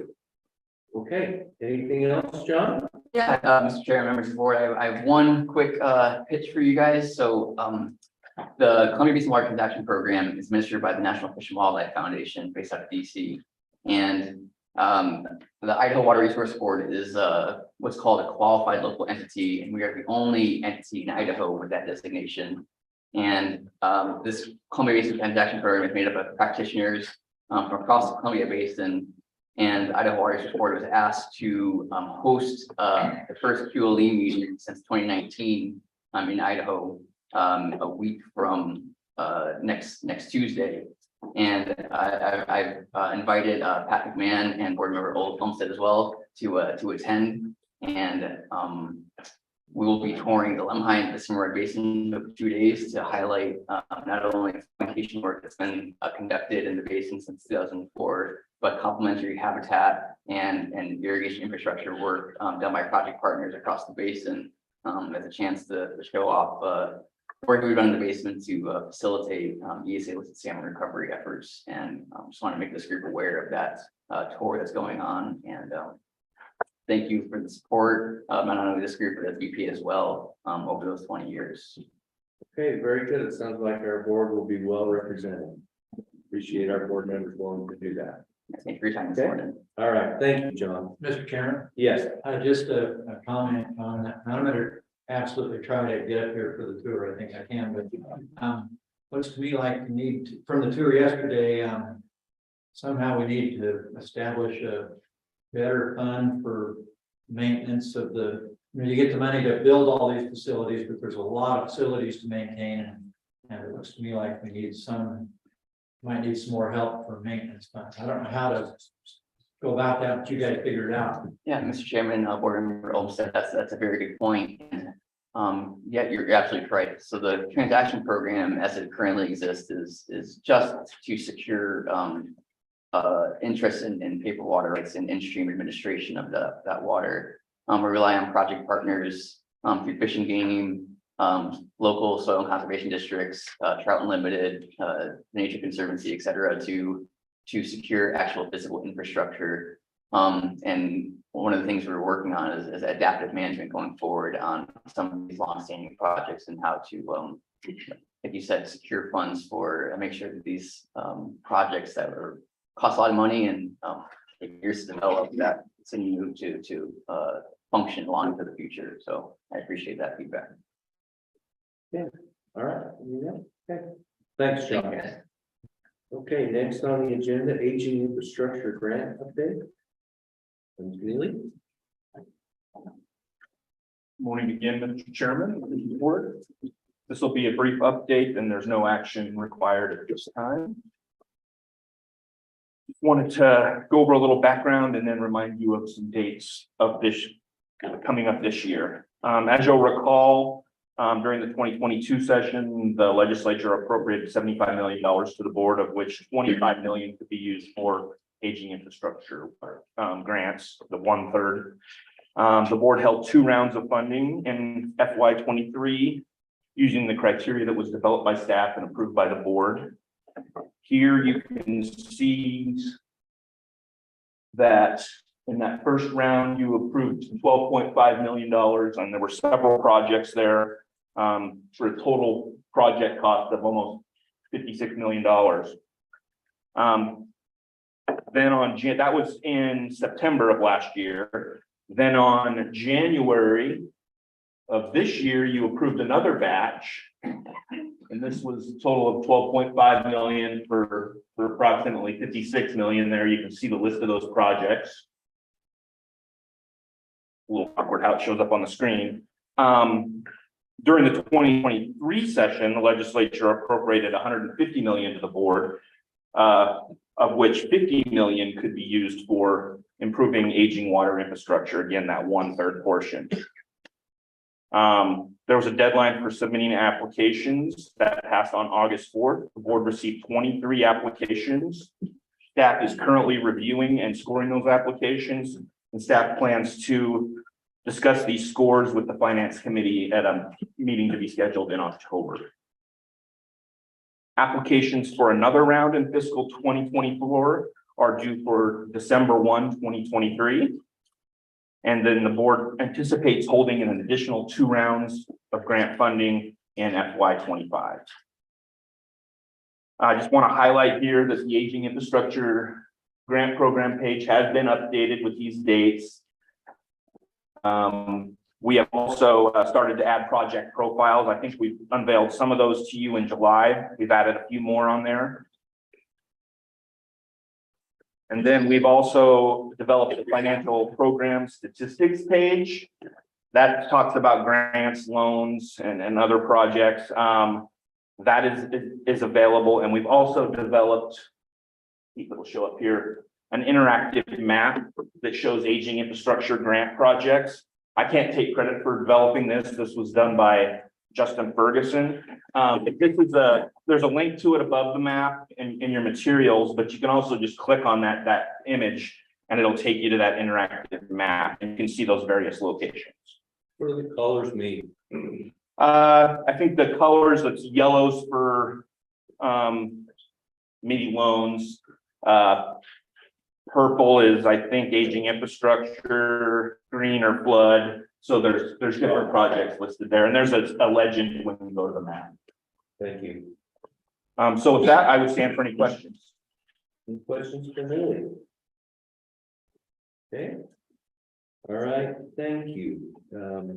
Next item is Regional Water Sustainability Project. Neely again? Yes. Thank you, Mr. Chair. Members of the board, I'll try to be brief. I'm not going to go over all the background that is included in my materials. Because you've heard most of this before, but just recall that, this began back in 2021 when the board adopted an initial priority list, and then it went through several iterations. leading up to last year on December 1st, there was a deadline. Looks like we lost our materials here, so I'll just hold off for a sec. I thought you said you were going to go through that, so I was bringing up in this time, sorry. Oh, okay. You received 15 requests to be added to the regional sustainability priority list. In January of 2023, the board updated that list. The board solicited presentations from these entities this June. There were 4 finance committees. Coming out of those presentations, staff developed a project funding recommendation in consultation with the finance chair. The board approved that finance funding recommendation on July 21st, and the board directed staff to work with project sponsors on draft contracts for each of these projects, including appropriate terms and conditions for which would be brought back before the board for approval to make sure that there's the appropriate terms and conditions built into each of those. Staff has begun reaching out to the regional water sustainability entities that have been awarded funds. We're primarily trying to nail down any changes to the scope or the schedule. And staff again would hope to bring at least maybe some of those, maybe 1 or 2 back to you by November. That's the hope. So we can start to have those reviewed by the board. Just as a reminder, the board has a deadline of December 1st for new requests to be submitted to be added to the regional sustainability priority list. And there's a link there in your materials to the web page where it explains how to submit a request and where that needs to be sent. So with that briefly, I just would highlight that these were the projects that you funded in July. And with that, I'm going to hand it off to Steve Stubner, who is going to talk a little bit about some of the PR that he has done for some of the regional water sustainability projects and others. So thanks, Jennifer, for switching that. Thanks, Neely.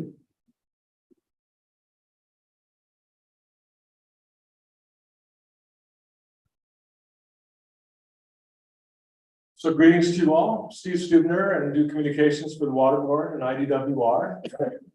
And just wanted to share some information about some elevated PR strategy tactics that we're planning for some of these major water projects, aging infrastructure projects, regional water sustainability projects coming up. So the context here, a lot of money flowing to the Water Board for these projects.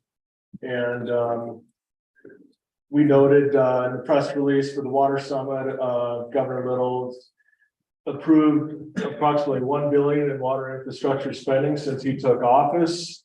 Through his Leading Idaho and Idaho First Plan, Water Resource Board has received $450 million to modernize the state's water infrastructure through grants, loans, and strategic investments in water sustainability projects.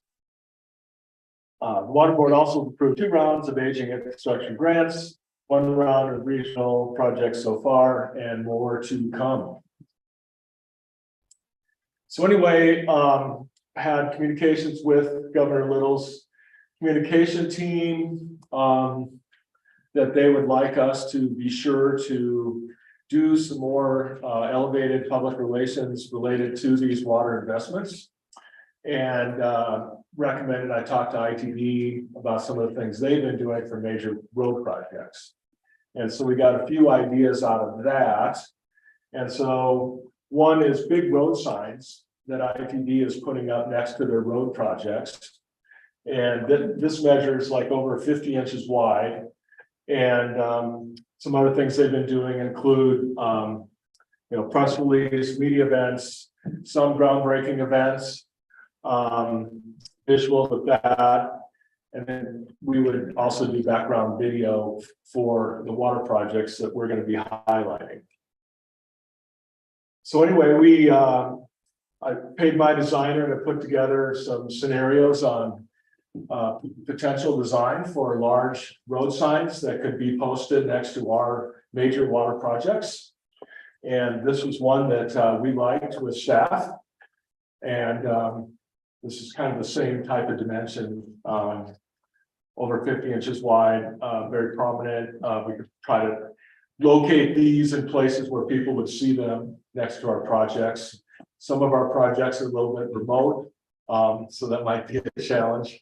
But anyway, that's one tactic that we have in mind. Other things would be, doing press release and media events. Like to involve water board members with these events around the region where these projects are located, kind of similar to the media tours that we've done for recharge projects in southern Idaho and eastern Idaho. That's worked really well, highlighting the project sponsors with the irrigation districts, canal companies, and so forth, have local water board members available there for media comment. And then also we can do background videos and things like that for individual projects. And then we're doing like a 2-page PDF, color PDF, describing each major water project that we're doing for aging infrastructure grant projects plus regional water projects. So anyway, some of this is just kind of figuring out the timing of when these projects are breaking ground and doing the media when it's timely. And so I think coming up this fall, we're going to have a batch of projects like lining the New York Canal, Raybould Canal. There's some Magic Valley projects with canal lining down there, and some projects in eastern Idaho. And so we've gone over this with the governor's staff, very much interested in all of those things. And we'd like to do some groundbreakings where it works with the governor's schedule. And again, involving water board members for those projects. And so we'll be putting together a schedule, but I tried to just drill down on the projects that are going to be right this fall. Say after the irrigation season wraps up, and that's when some of these projects are going to get started. And that would really be the right timing for some of these projects. So I mentioned the New York Canal, Nampa reuse project pipeline, the American Falls Spillway rehab. That one, I think we have some flexibility because that's a long timeline for that one. Then Raybould Canal, the Enterprise Canal, water efficiency project, Big Lost irrigation canal lining. And then there's one up north with Hayden Lake Irrigation District. So this is just kind of FYI right now. But again, we'll coordinate with the governor's office on the timing of these and keep in touch with the water board on the timing. And, if we can, we'll extend invitations for the projects where appropriate. So that's just generally a high level overview of that stuff. Any questions? Any questions? Okay, All right. all right, thank you. Thank you. Okay. Loan program request? Yeah, we'll have Justin Ferguson on screen to go over the 3 loan action items for you. Okay, Justin, are you there? I am. Good morning.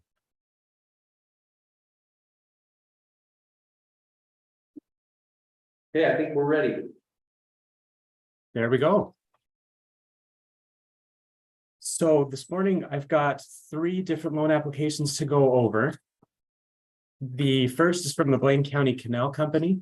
They're seeking an amendment to their existing loan, pushing the total up to $6 million. Kind of a little background on this. They had an initial approval in 2021 for $250,000.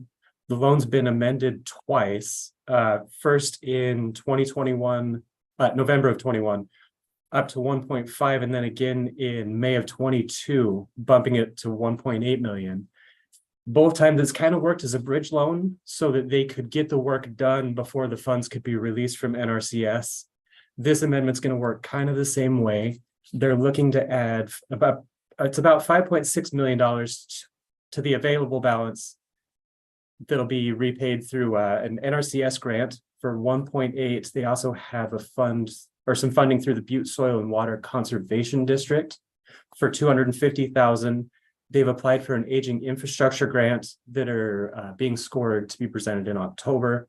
And then they also have an application in with RCPP grant program as well. So the amendment will keep the same interest rates and will keep the same term. They've got about 13 years remaining to pay this off entirely. We do have security for the existing infrastructure, project infrastructure in both Butte and Custer County. But they also provide assessments at $100 per shareholder for the first 13 shares and then $1 per each share after. And the available balance after the projected available balance that they could carry after all of the grant funds have been repaid is about $365,000. So with that, oh, I misspoke. I apologize. Currently on their loan, they have an available balance of $365, but they've made payments towards that, leaving them an outstanding balance of $2,000. So right now, they've actually paid past what they're available to take. So with that, I will stand for any questions on that application.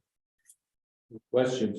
Joanne? Mr. Chair, Justin, does this is intended to, this disbursement would be intended to actually act as a bridge loan until the project's complete and they can file for reimbursement from the NRCS grant, correct? That is absolutely correct. So is there anything that we could put in the contract or something to that effect to say that that's what the intent for this funding is to be used for? We absolutely can. I could work on that language with the chair of the finance committee before we send it out for signature and just make sure everyone's good with it. But that's a great point. Yes, I could follow up on Joanne's point. I Yeah. think what we would want to do would be to say, not just that's the intent, but require them to pay it back once they do get the reimbursement, so that they don't just sit on Perfect. 2% money for 13 years. Yeah, absolutely. We're making an accommodation to allow this project to move forward. But once they're reimbursed, we want that money to come back in so that we can utilize it on other projects. Perfect. Okay, any other questions on this loan application? Mr. Chair, Yeah, with that, I would move to approve the resolution to fund this loan. Second. okay, it's been moved and seconded. Any discussion? Okay, and either within the resolution or in the agreement, wherever it's appropriate to put it, will be that condition that once they receive their reimbursement, it will pay the loan back.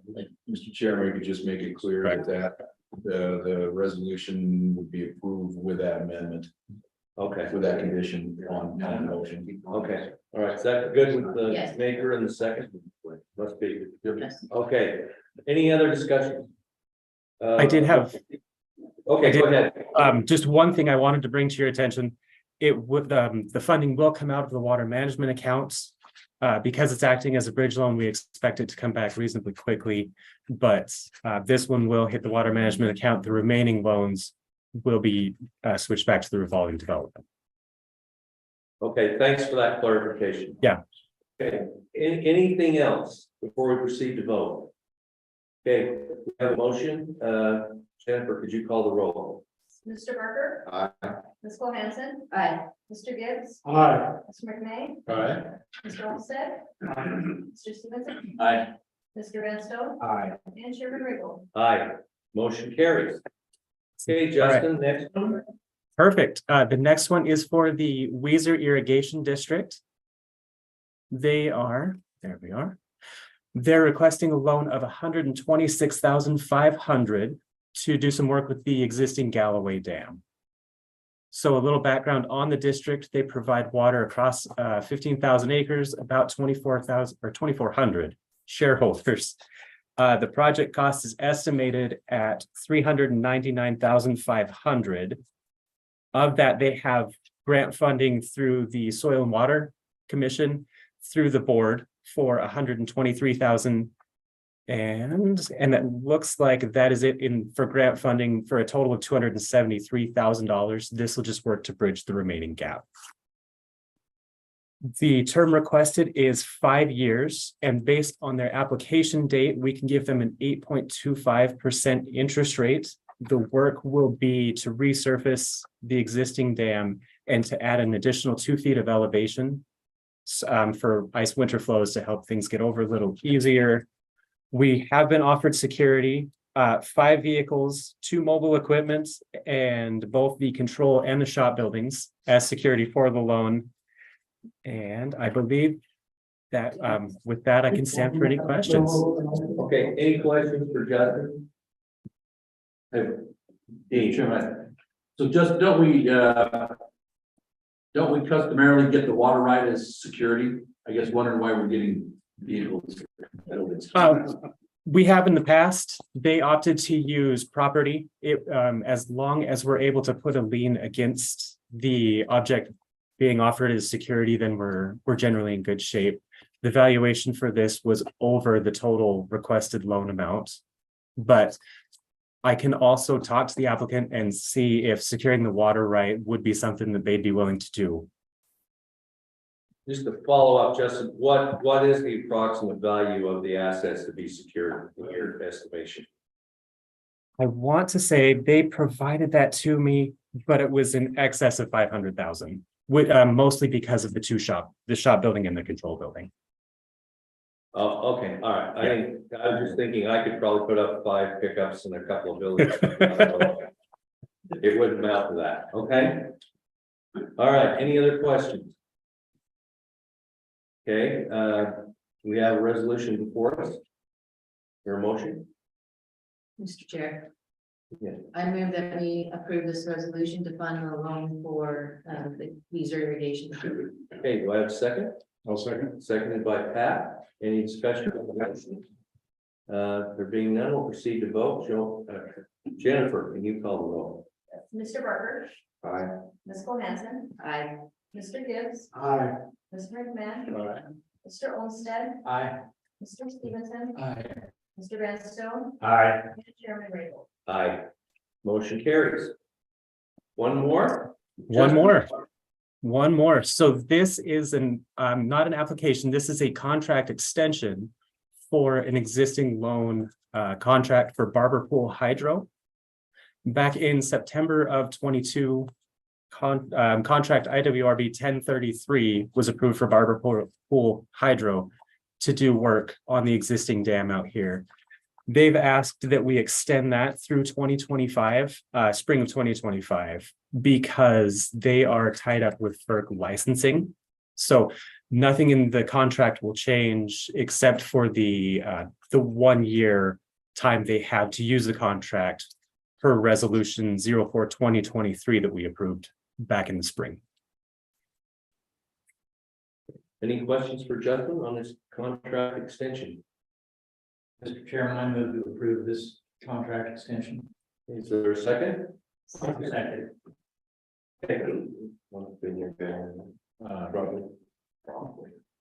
Okay, there's no discussion. We'll proceed to vote. Jennifer, let's do a roll call. Mr. Barker, Aye. Ms. Cole-Hansen, Aye. Mr. Gibbs, Aye. Mr. McMahon, All right. Mr. Olmstead, Aye. Mr. Stevenson, Aye. Mr. Vanstone, Aye. and Chairman Raybould. Aye. Motion carries. Okay, Justin, thank you very much. All right, thank you. Next item on the agenda, proposed meeting dates. Brian, what do you have for us? Okay, item number 10 in your materials, you have some proposed 2024 calendar year 2024 meeting dates. We picked some dates, customarily in the same weeks that the board typically meets: January, March, May, July, September, and November. Please review these dates. You don't need to make a decision today, but please review these dates and get any suggestions for changes to Jennifer over the next several weeks. We hope to approve a calendar schedule at the November board meeting and get that locked in, so that staff can start, especially for away trips, start locking in meeting facilities. We are thinking that perhaps the July meeting could be held in the Bear River area and the September meeting perhaps in Sandpoint. And or Priest Lake. So that's what we're thinking. Again, please get your suggestions to Jennifer over the coming weeks. Mr. Chair, Yes, is the January meeting in connection with the Idaho water users? Yes, Mr. Chairman, Joanne, yes, thank you for reminding me that is that's going to be the Friday of the Idaho Water Users Association annual meeting week. okay. Any other comments? Just for your information, the chair would request March 28th and 29th, and September 12th and 13th. Okay, we'll make sure we know that. Well, I may get outvoted, but, okay. Okay, all right. Can I just ask a question? It seems like for September that Priest Lake would be a really good place because of the work that will be all done by then, right? That is the plan. We feel like that we should kind of maybe put a pin in the final destination and tell towards the. Okay. We're gonna try to go these five. Okay, all right. Now start over again. Okay, thank you, Brian. Next on the agenda, administrative rules update. Yes, we should have Matt Weaver on the screen, and he would be giving both an administrative rules update and the director's report. Yeah, good morning, Mr. Chairman. Can you hear me? Director Weaver, nice to have you on board. You have not been able to delegate this function to someone else yet, I see. Yeah, Mr. Chairman, members of the board, it is one of my immediate to-dos, but it has not been done yet. But that, along with emphasizing hiring and transitioning into my new role and backfilling some of the positions, those are some of my earliest priorities. I apologize for not being there in person. This isn't how I wanted to start in my new role. I thought at this point I was immune to COVID, like probably many people thought, but I found out that I wasn't. And I've been dealing with that this week, so I apologize. I have been listening to all of the updates and presentations. And just quickly on the topic of rules, I wanted to let the board know that the UIC rules have been postponed. So we will be carrying that rulemaking over into the following year so that we have time to work with DEQ and the stakeholders to propose a fully considered rule. That does mean that we wouldn't have a proposed rule ready to present to the legislature before 2025. The other rulemaking from this year was our water appropriation rules, and those were submitted in September for publication in October, and we'll move ahead hopefully to be presented to the legislature in 2024. We do have some rulemaking coming up in the next year. One of the rulemakings that we have is IDAPA 370309, well construction standard rules. That rule is under the authority of the board. We also have IDAPA 370301 adjudication rules and IDAPA 370302 beneficial use examination rules. So we're going to be busy next year with our rulemaking. And as I look forward to the 5th year of rulemaking, that's actually the busiest year that we'll have with 5 rules that will be going through the ZBR rulemaking process. Changing subjects, just a few comments before I let you go. I was hired on at the department in December of 2007 as a staff engineer. And in 2011, I was given a special assignment from the director to support the Idaho Water Resource Board. And I did that about 50% of my time. In that time, I worked on evaluating AWET projects.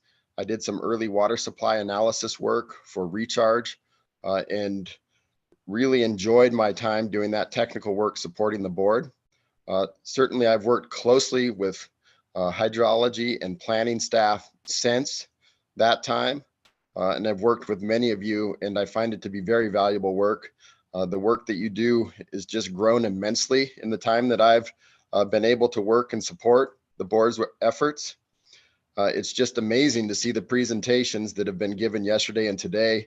The money that's been spent, the projects that have been carried out, the tools that we have now, the communication that we have now, just the level of sophistication that the board has and the planning staff has is worthy of note and compliment. The staff does a great job and you do a great job. And I hope to work with you in the coming years to continue to grow that effort and support Idaho.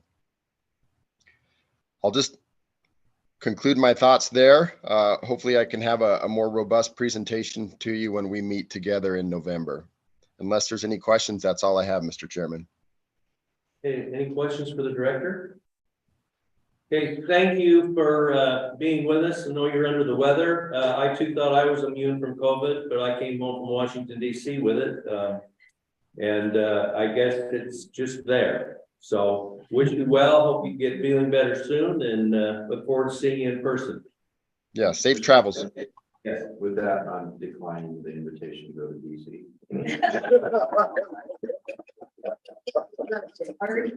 Okay, all right, too late. The odds of 2 water board members getting COVID in Washington, D.C. in the same year, or you might as well go buy a lottery ticket. Okay? I win. Okay. All right. Thank you very much, Matt. Now we're down to non-action items for discussion. Brian, do you have anything? Just one thing, Mr. Chairman. It's kind of a gold rush on canal linings the past couple of years, and I think that's going to continue. And the staff does a very good job of sorting through them and ranking them. I'm not sure, and we've talked about this lots of times, but I think one criteria has to be that there's going to be impacts to local aquifers, and those need to be addressed somehow.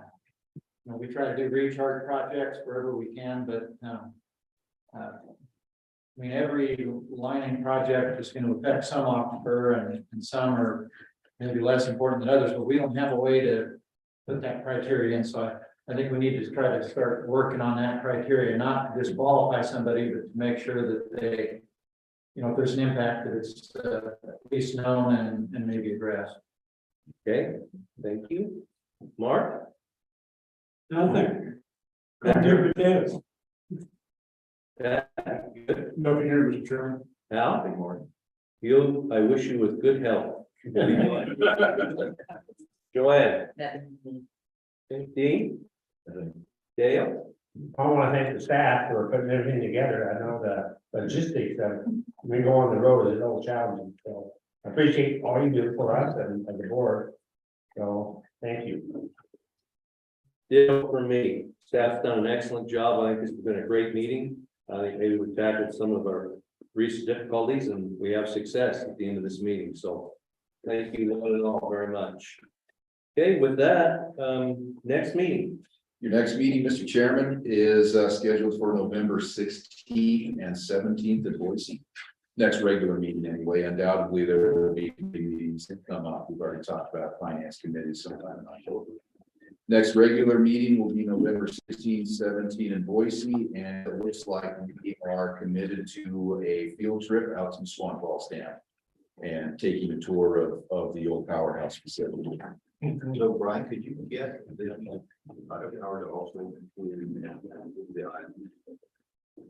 I think that's an excellent idea. Big Island project, sure.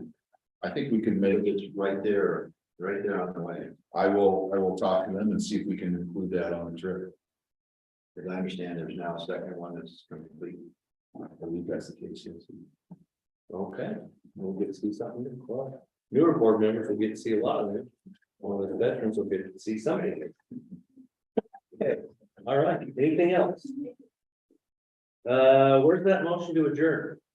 I'd make that motion. Okay, second. All in favor, say aye. Aye. Any opposed? Meeting adjourned. Thank you, one and all. Jennifer, thanks for all. Yes, thank you for hanging with us with the technical.